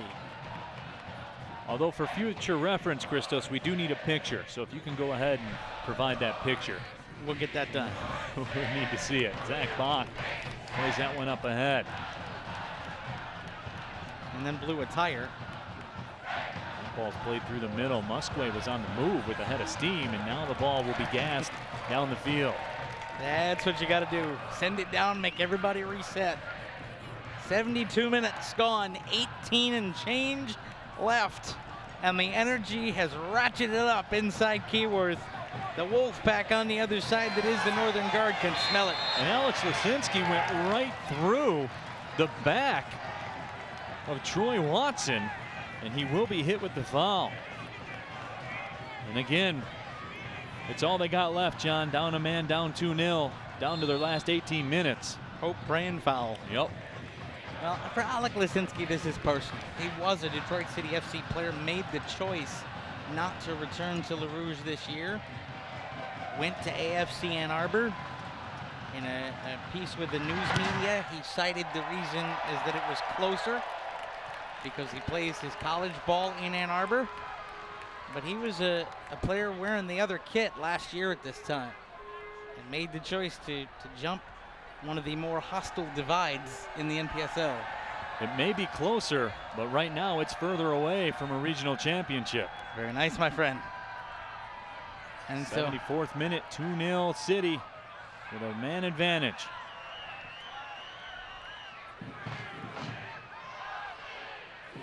Brame with it.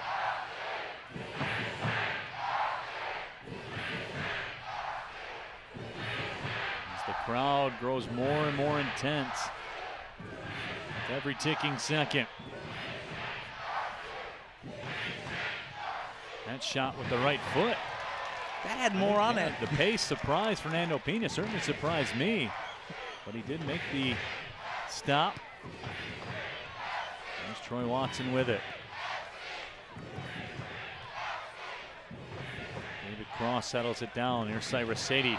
Nutmeg between the legs. And kept it on. He didn't keep it in play.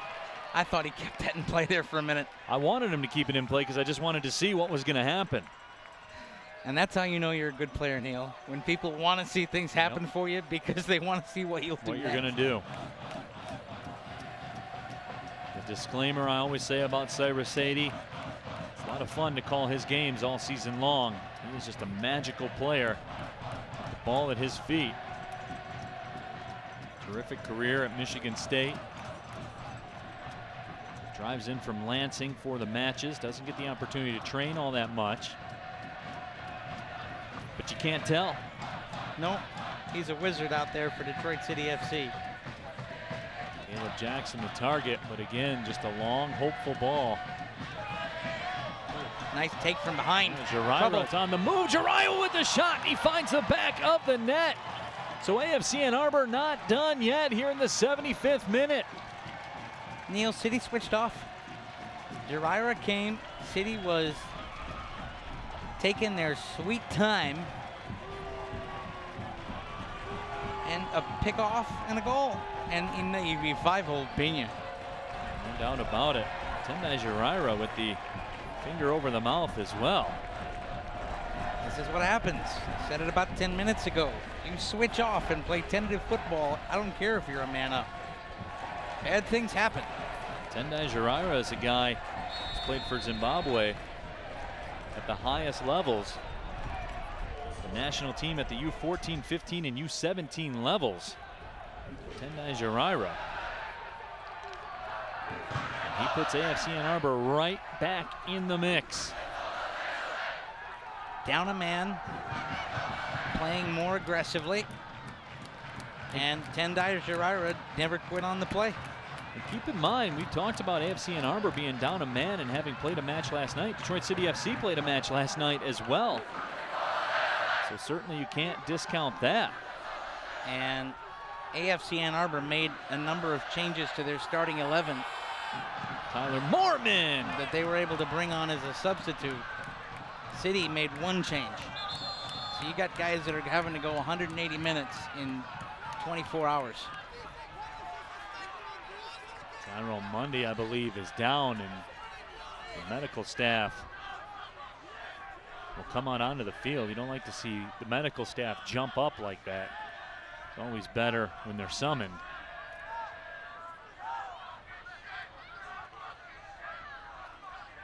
I want to say hello to some people on Twitter that have been tweeting in using the hashtag WatchCity. Go ahead. And as always, Henry Ford Health Systems, the official sports medicine provider of Detroit City FC. I don't think we've said hello to him yet. Andy Davis in San Diego, California. Or Andy in San Diego, California. Watching tonight. NGS Quad Cities checking in. By the way, I want to say hello to the DCFC DC Embassy. They are watching at the Ivy and Coney tonight in Washington, D.C. So Mundy's still down.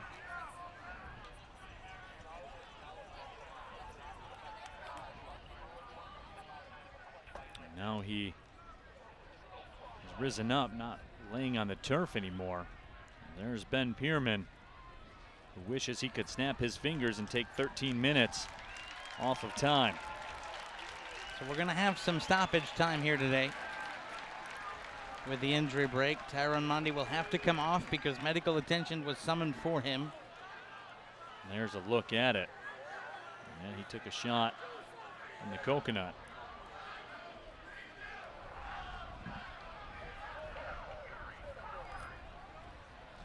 So as you said, Mundy will have to come out for a bit of time. And there's a look at Ben Pierman. What's going on in his body right now? He has the look of calm, cool, and collected. He's anything but. Those insides right now are anything but calm, cool, and collected. Ben Pierman is doing his best duck impression right now. You see a duck gliding across the water. They look all calm and peaceful, and under the water, the legs are moving. I have a feeling that's kind of what Caesar's feeling at the moment. So Mundy comes out. So for a few moments anyway, we'll be 10 on 10.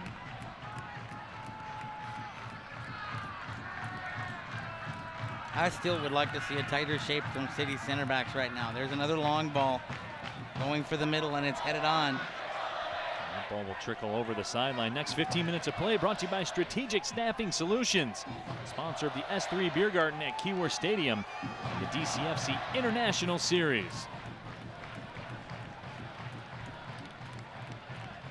Throw in coming from City. Tyron Mundy back on the pitch. Good to see.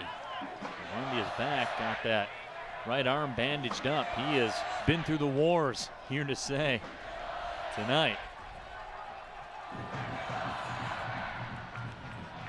Another hoof job. City will have another throw. And they're perfectly happy with that. Thank you very much. They will take that for another 11 minutes plus. Throw in, flicked on to Tyron Mundy, and he makes the turn. Mundy on the move into the box. Tried to go with the back heel over top of the defender. And he blew a tire. Here comes Musquay. Drops it back, and Becky Goodman steps up. And there's Cyrus Sadie to take it away. Sadie turns with it. Cyrus Sadie has it played away. Long ball through to Alec Lasinski, and he's in. Left-footed shot, finds the back of the net, and we are level at 2. Alec Lasinski does the job again. And City switched off again. Long ball over the top. They look at times, this back line, like they've never seen hoof and hope. And Alec Lasinski just beat him. All about the hunger from Alec Lasinski on the end of that play, making the run and doing the deed. We are level at 2 in the 81st minute. You needed to have, as soon as that ball went up and you figured out Lasinski was going to be onside, you needed somebody to step back and be the back man to try to cut off an angle for him. Of course, he has fresher legs. He had to come in. He came in 56 minutes. He's been a super sub twice here at Keyworth this season. He has 3 goals in less than 50 minutes of work at Keyworth Stadium. And right now the momentum belongs entirely to AFC Ann Arbor. No question about that. They are the regular season champions, and they're playing like a champion here tonight, and that foul will go against Zach Bach as Lasinski hits the turf. And this is what you worry about. City was playing brilliant football until that red card happened. And when you have a 2-goal lead and you're a man up, just like Lansing United 2 weeks ago on this patch, there's something that creeps into the heads of players, the old "we got this now" bug. And AFC Ann Arbor has been the better team since.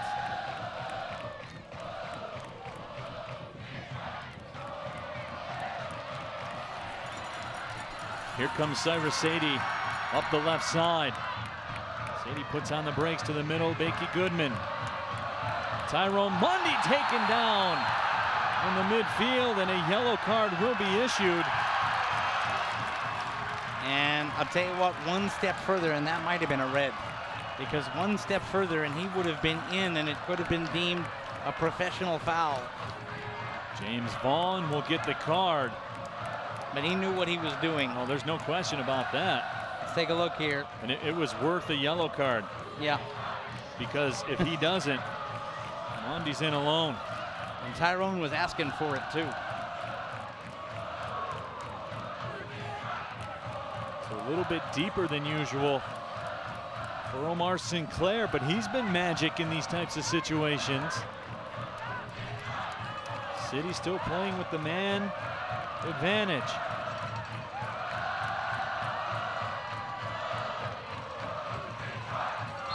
Sinclair standing over. Here we go. Sinclair, right foot, will go over top of the crossbar. Just couldn't get it to dip.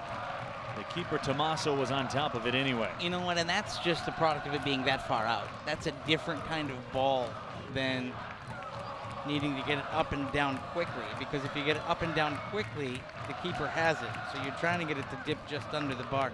That's actually a much tougher free kick to kind of take than even a bending one in a tighter situation. Much smaller margin for error. Yeah, you got to be right, because the keeper's going to have time to look at it. That ball goes up the tunnel.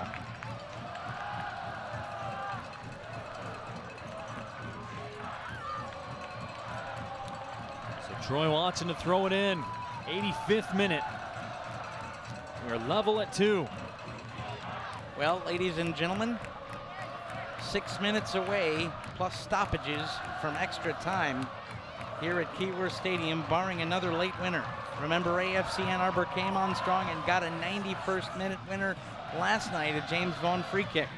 And they're on the ball again now, and City is all shambles at the back. Caleb Jackson will drop it back. Here's Vaughn. He was the hero yesterday. Jarira sends it back. David Cross. How about this confidence with the possession down a man, too? They're seeking out opportunities. They're looking at situations and scenarios. Yeah, they know they've got the momentum here, and they know, I think, that City is tired. Because for all the depth that City has, you got a lot of guys that have gone the full bit now. Let's take a look at tonight's attendance, brought to you by Rip It Energy. 6,409 jammed into Keyworth Stadium here tonight. As always, attendance brought to you by Rip It Energy, the official energy drink, Detroit City FC. As the cell phone lights come out, as is tradition, the 85th minute expires. Everything on the line. 2-2 the score. City led 2-0 at halftime. AFC Ann Arbor went down a man, down 2-0, and have fought their way back to level this match. So it is 11 v 10 as we cross into the 87th minute.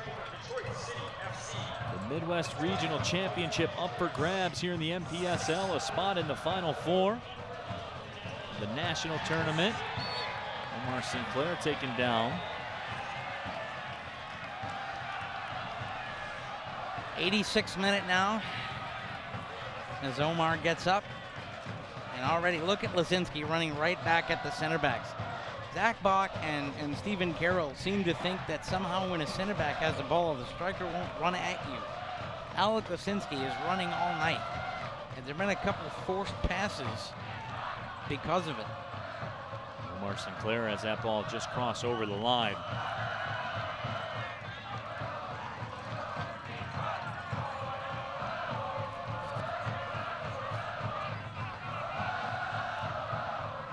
There's a look at the Northern Guard. Popping some smoke and some flares. Having a good old time, and if City were to score again, they would go absolutely mental, as one of their chants says, along with some other language. City again with the back passes, and the back passes have not been tight. And see, there is Lazinski running right back at Bach. Bach then sends the hopeful ball. City not playing like the team up a man. They're playing like the team down a man in what they're doing with the ball at the moment. Sadie through the middle. Edwardson.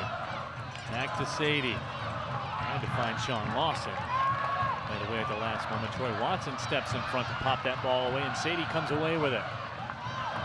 Cyrus Sadie taken to the turf. Official says play on, so Dave Edwardson does. And he has it, moving to the right side. Edwardson with the cross, looking for Sean Lawson, who lost his footing. Mickey Goodman will track this ball down, however, and gives it away. And here comes a counter opportunity for AFC Ann Arbor.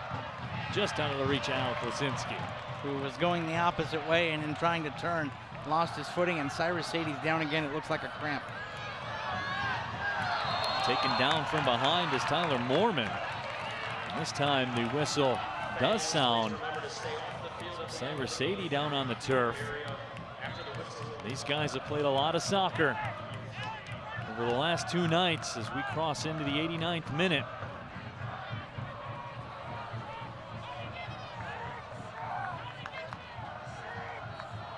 Cyrus Sadie will be tended to.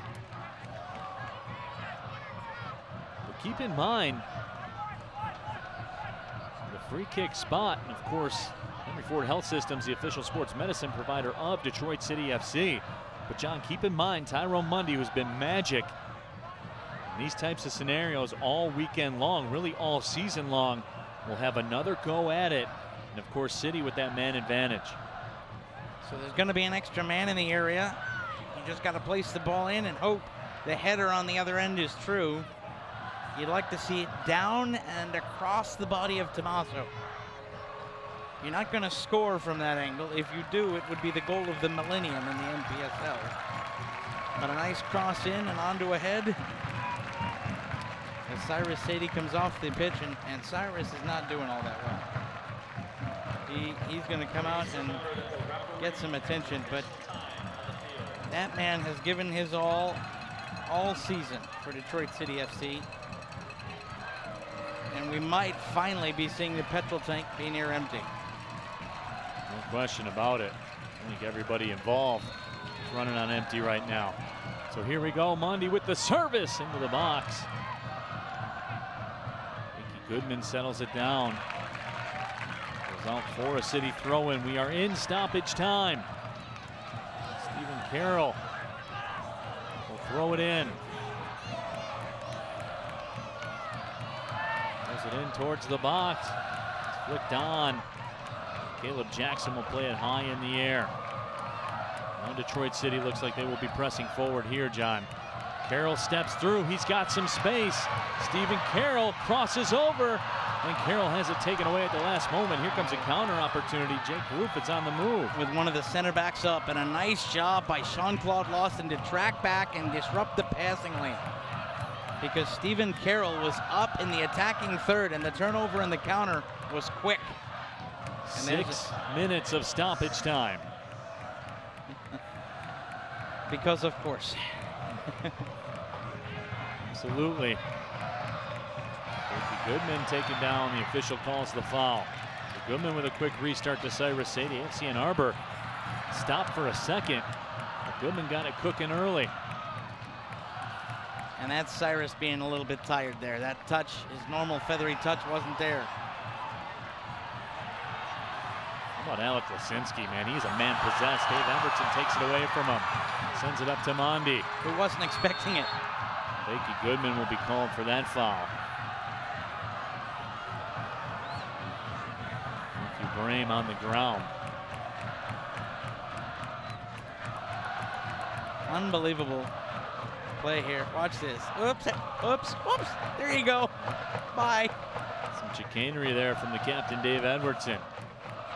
So, John, how do things change now? You're in stoppage time. If you're AFC Ann Arbor, you're down a man. Your goal is to get the penalties. Well, your goal is to right now, your goal is to keep the momentum up. I would normally say your goal is to get the penalties. You're absolutely right. But the way AFC Ann Arbor is playing, they think they can win this.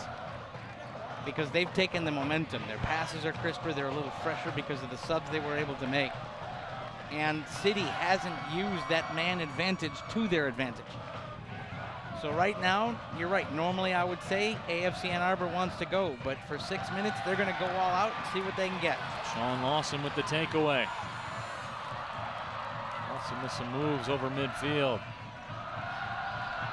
That ball goes all the way and finds Mormon on the right side, working one-on-one. Mormon trying to step through, and that ball will be touched out. Corner? Corner, I believe. No, they will give the goal kick. Tight decision. Let's take another look at it. And yes, it was the right call. Good call. So we roll on in stoppage time. 2 15-minute extra time sessions. No golden goal. That is not sufficient. And we'll then go to penalties. That ball sent through, and Fernando Pena up off the line. And beats Stephen Carroll. Carroll needs to move this ball and get it off his foot and get back. Sean Lawson, right side Mormon. Once again, Mormon sends it towards the back post, looking for Sean Lawson. Becky Goodman settles it down. Mundy with the right foot. It's in the back of the net. Tyrone Mundy, of course. Yes!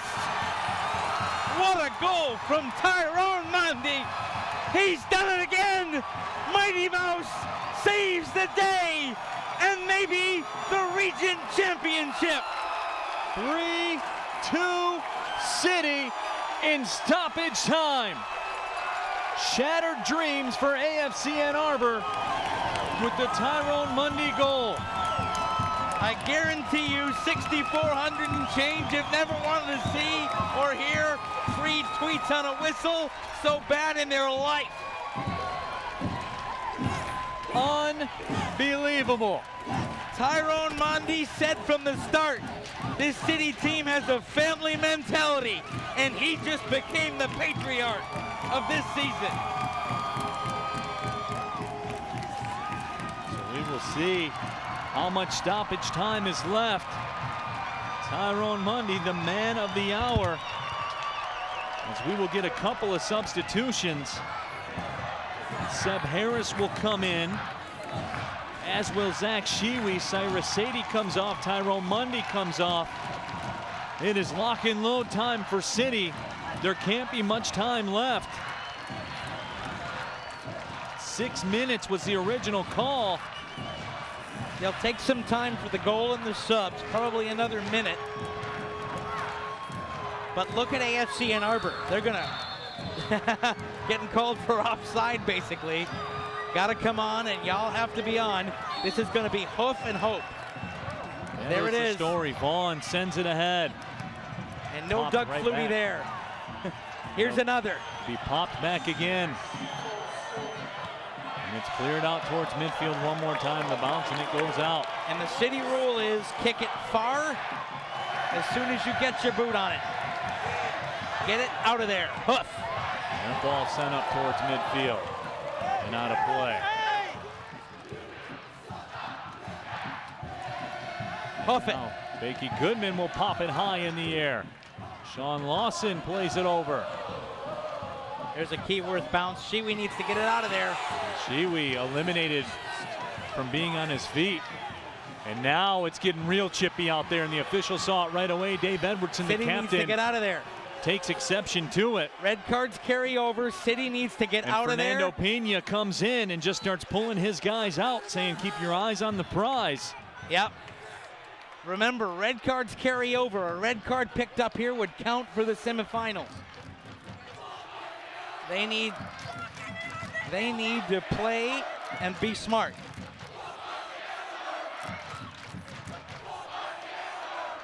Northern Guard making their feelings felt. There is the man of the hour. Maybe the smallest man on the field has come up the biggest here tonight with everything on the line. Smallest man, biggest heart.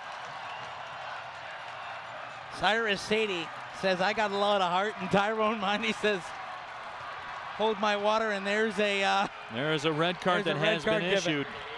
And who is it?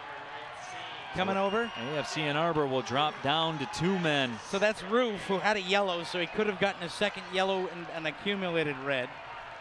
But he's done. So Roof,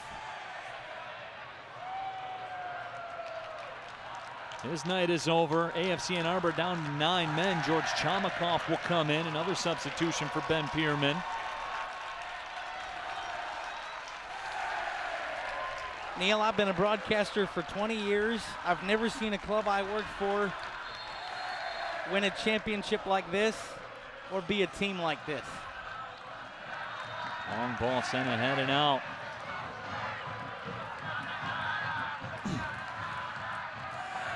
AFC Ann Arbor down to their final seconds. Seb Harris tries to clear it. Now it is played up towards midfield. And Shiwi just running a ball, high ball in the air. Referee checked his watch once. The whistle sounds and the Cakes. Oh no, that is not the Foul. whistle. The foul was called. Everybody's coming forward. Tommaso coming forward. They're going to bomb this into the box, so it's 11 v 11 now. The keeper, Tommaso, and there's a yellow card for AFC Ann Arbor for trying to scoot the ball up for advantage. So Vaughn sends it in towards the box. It's headed out, cleared into the air. Still time. Played up high again. City need to take possession. There it is. Played out towards midfield. It's a 2-on-1. Sean Lawson's ahead of the pack. There's no goalie in the cage. Lawson giving it everything he has. It's a 2-on-1 now. Lawson into the box. Wins the corner. That should be enough. There it is. The whistle sounds and the Cakes are on the griddle. Detroit City FC, the 2017 NPSL Midwest champions. Are you kidding me?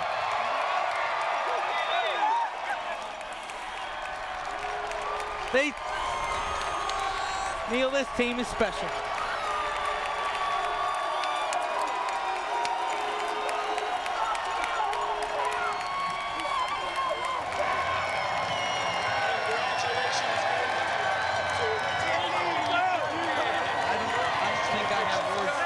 This team's performance tonight, except to say special and full of heart. Tyrone Mundy in stoppage time.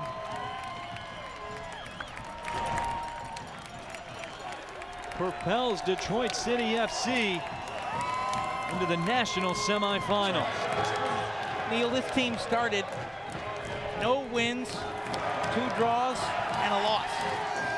There were people on social media questioning whether or not this team had the stuff. This team had the stuff and then some. They went on a 9-match streak in the regular season to get to the playoffs. And now at the 3rd time of asking, they've chopped the mighty Oak down. They get their bite at the cherry the time it counts the most. And Detroit City Football Club is your Midwest Region champions, and we can say it for the first time in club history, are on their way to the national Final Four. In front of 6,400 and change, all of whom are part of a night they'll never forget. City were the better team when they took a 2-goal lead. They switched off when they went up a man. But when it counted, Tyrone Mundy, the man who could have left to head down to college training camp, but said, I want to stay and see this to the end, helped his club take a huge step to the end. And now off to the side, Brett Mullen and James Rogers. Josh Rogers and Brett Mullen have the tub of Gatorade.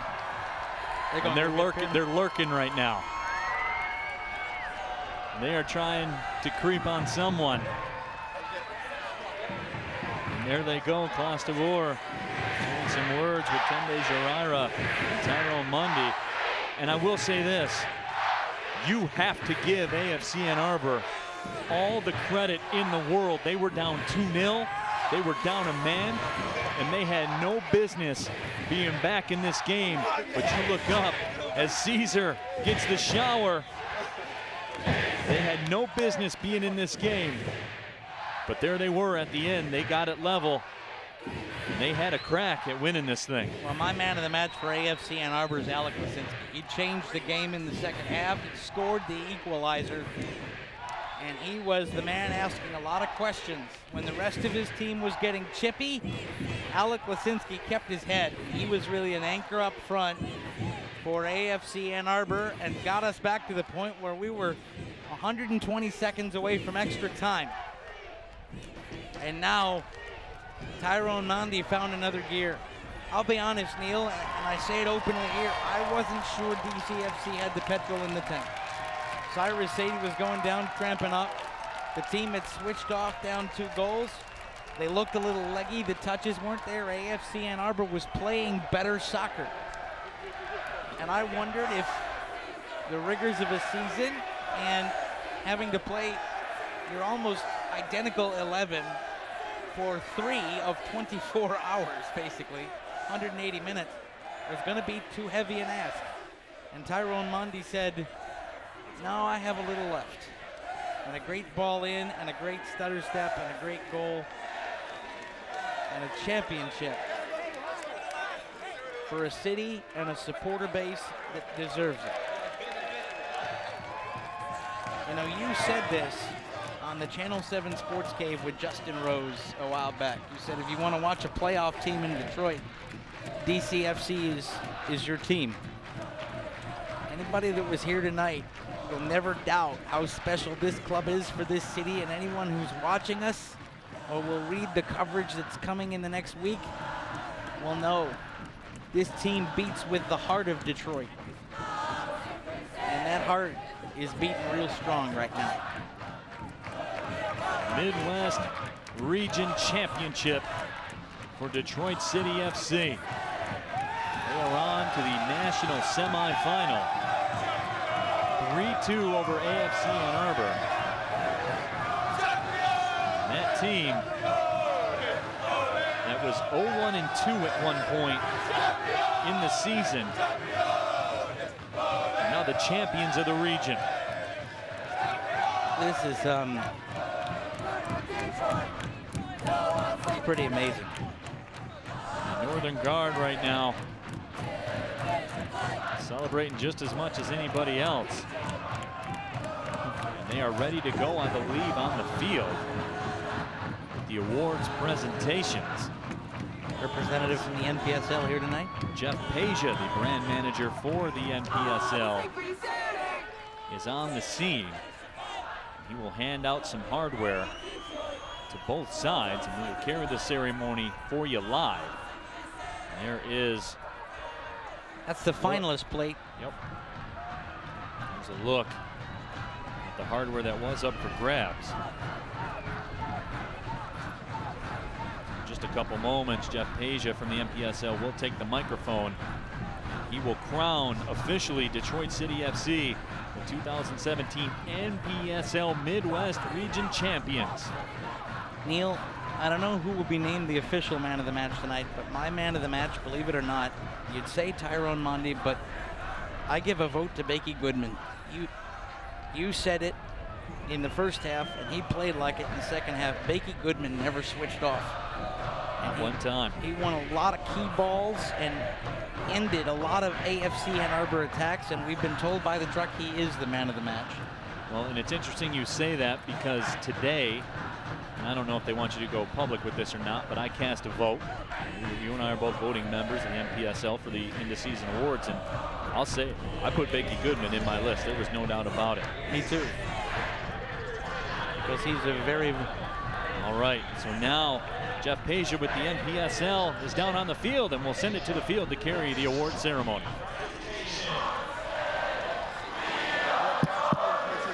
Thank you, Rick. Thanks, Rick. I really appreciate it.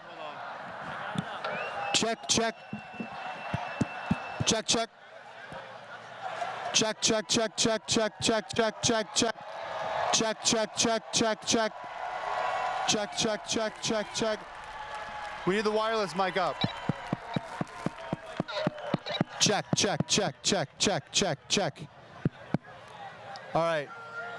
I'll go fix this.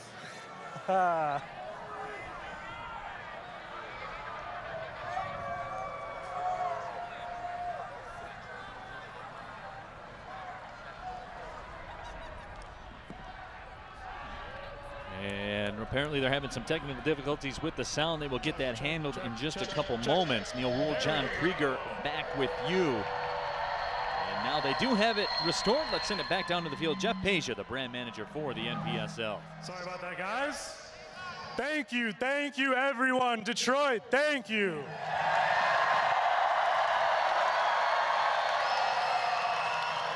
Ladies and gentlemen, on the behalf of the National Premier Soccer League, Managing Director Jeff Default, Chairman of the Board Joe Baroni, our ball sponsor Mitre for the NPSL playoffs all season long. First of all, I'd like to thank the City of Detroit, Detroit City Football Club, its ownership group, and the Detroit City FC staff for putting on one of the best Midwest region tournaments we've ever had in this league.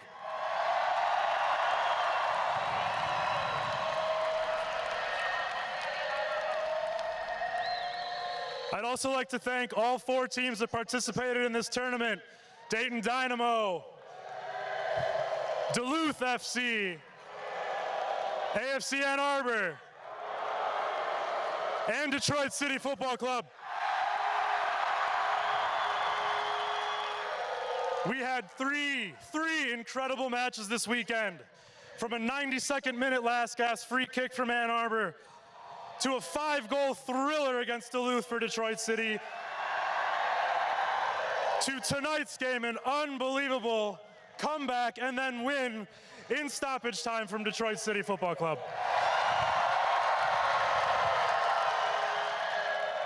So now it is my pleasure and my honor to kick it back up to the PA announcer for the presentation of the 2017 National Premier Soccer League Midwest Region Champions Trophy.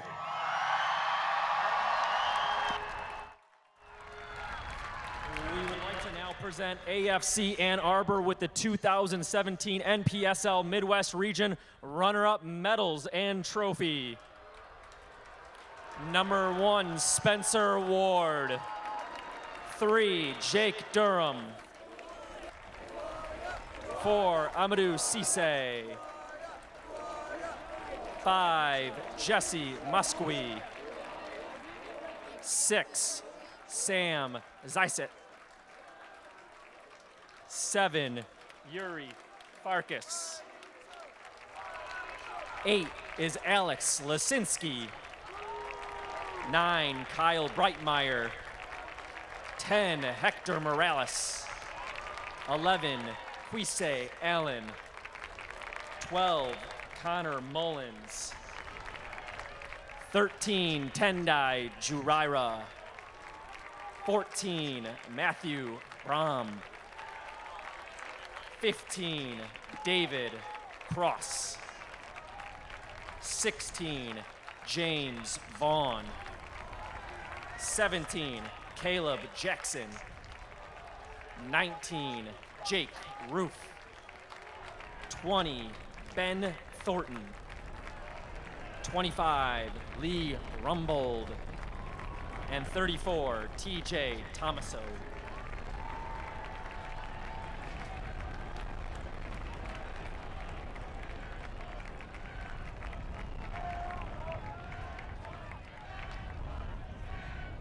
On behalf of the National Premier Soccer League, congratulations to DCFC for their tremendous success this season. And congratulations to AFC Ann Arbor for their runner-up. Here are the champions of the 2017 NPSL, DCFC. Number 0 is Fernando Pina. 5, Stephen Carroll. 9, Sean Lawson. 10, Cyrus Sadie. 4 is Seb Harris. 13, Bakey Goodman. 14, Zach Bach. 17, George Hamakoff. 18, David Edwardson, the captain. 19, Roddy Green. 22, Mauricio Castorino. 23 is Zach Shiwi. 28, Tyler Mormon. 38, David Dwahey.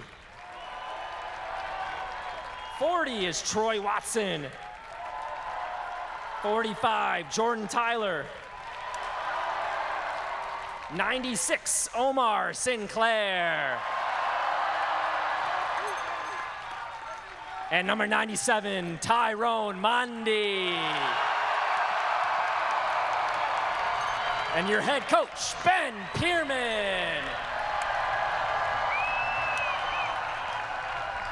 On behalf of the National Premier Soccer League, presenting your 2017 NPSL Midwest Regional Champions, DCFC.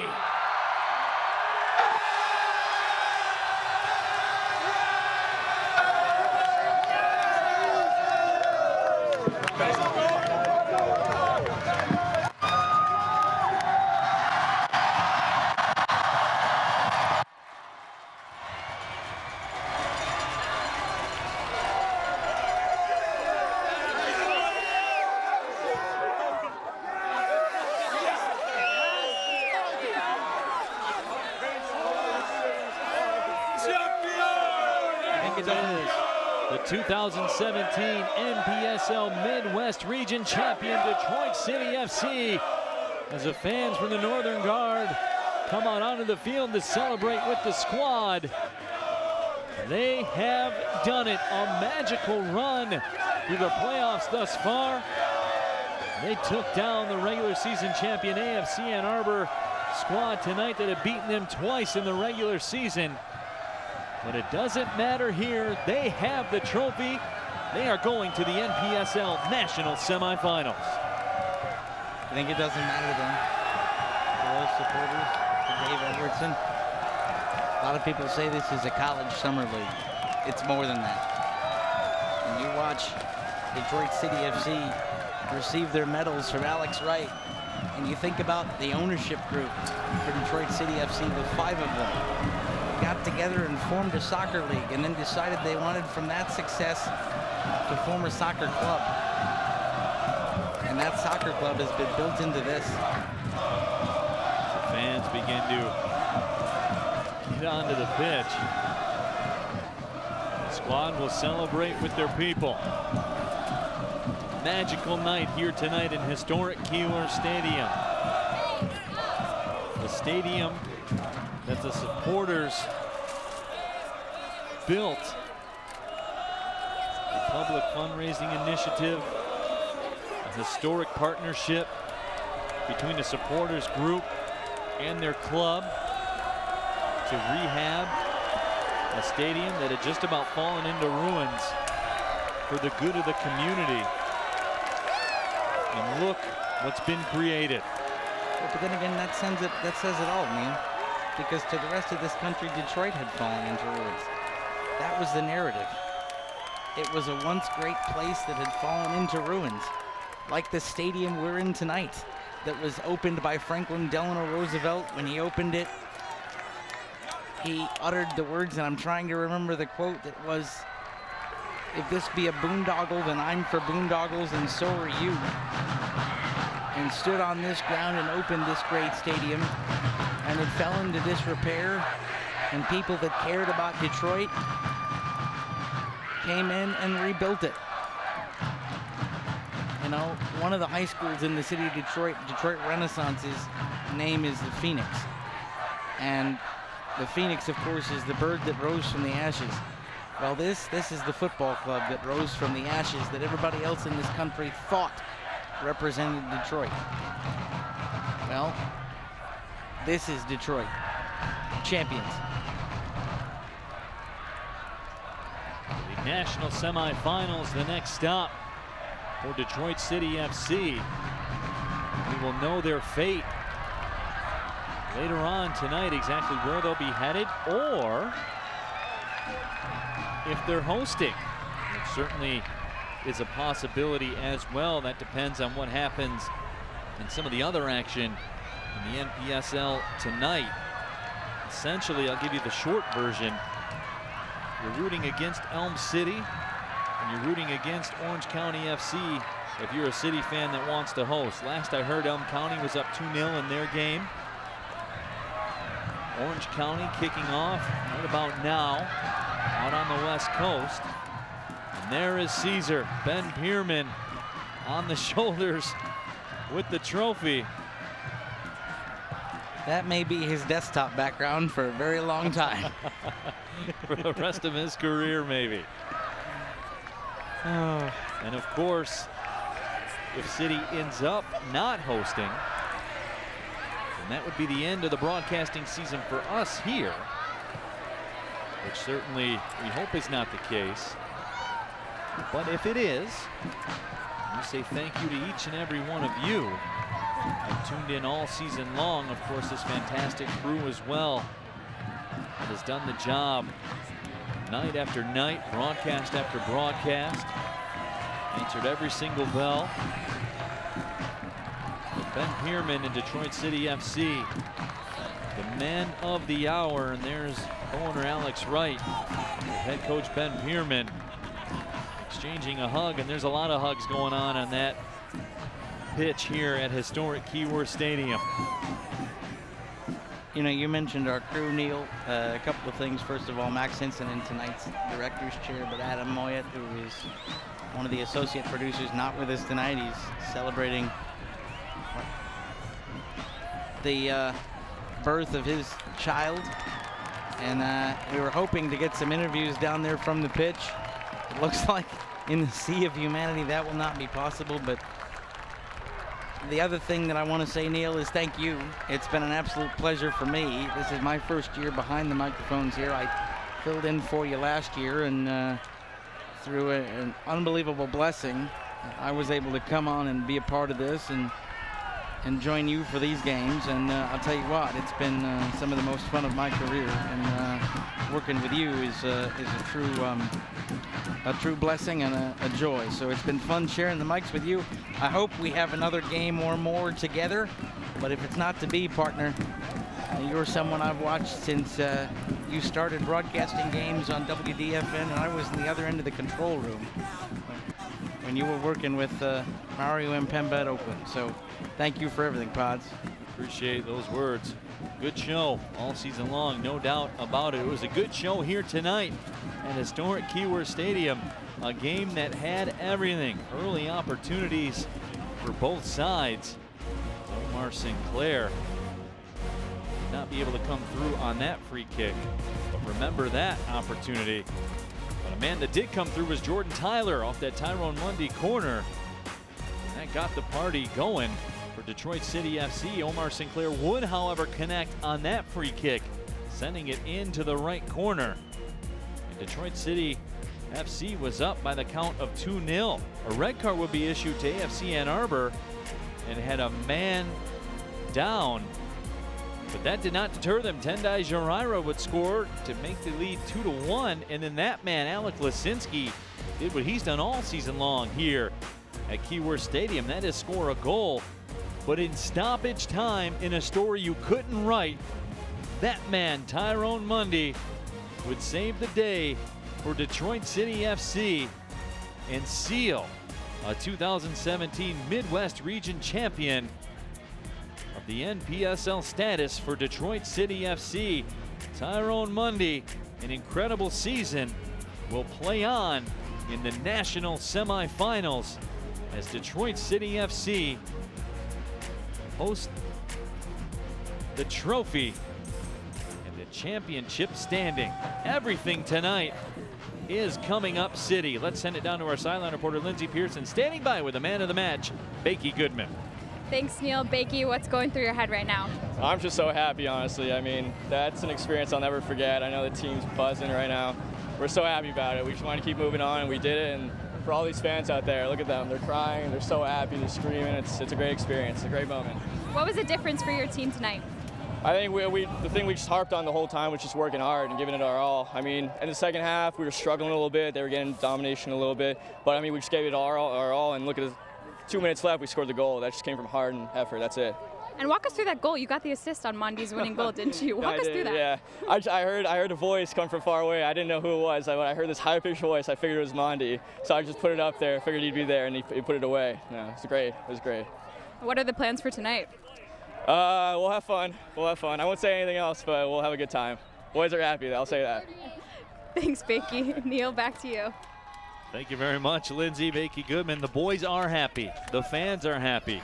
Everybody is happy around Detroit City FC after a 3-2 victory over AFC Ann Arbor. You know what, Neil, and you're right, and everybody's happy, and we're seeing on Twitter at the hashtag WatchCity, our viewers are happy too. From Neil and I, from both of us, thanks for tuning in. We're here because you watch, and the support we've had all season has been great, and this team is fed off of it. And you look at the man of the hour there, Tyrone Mondi.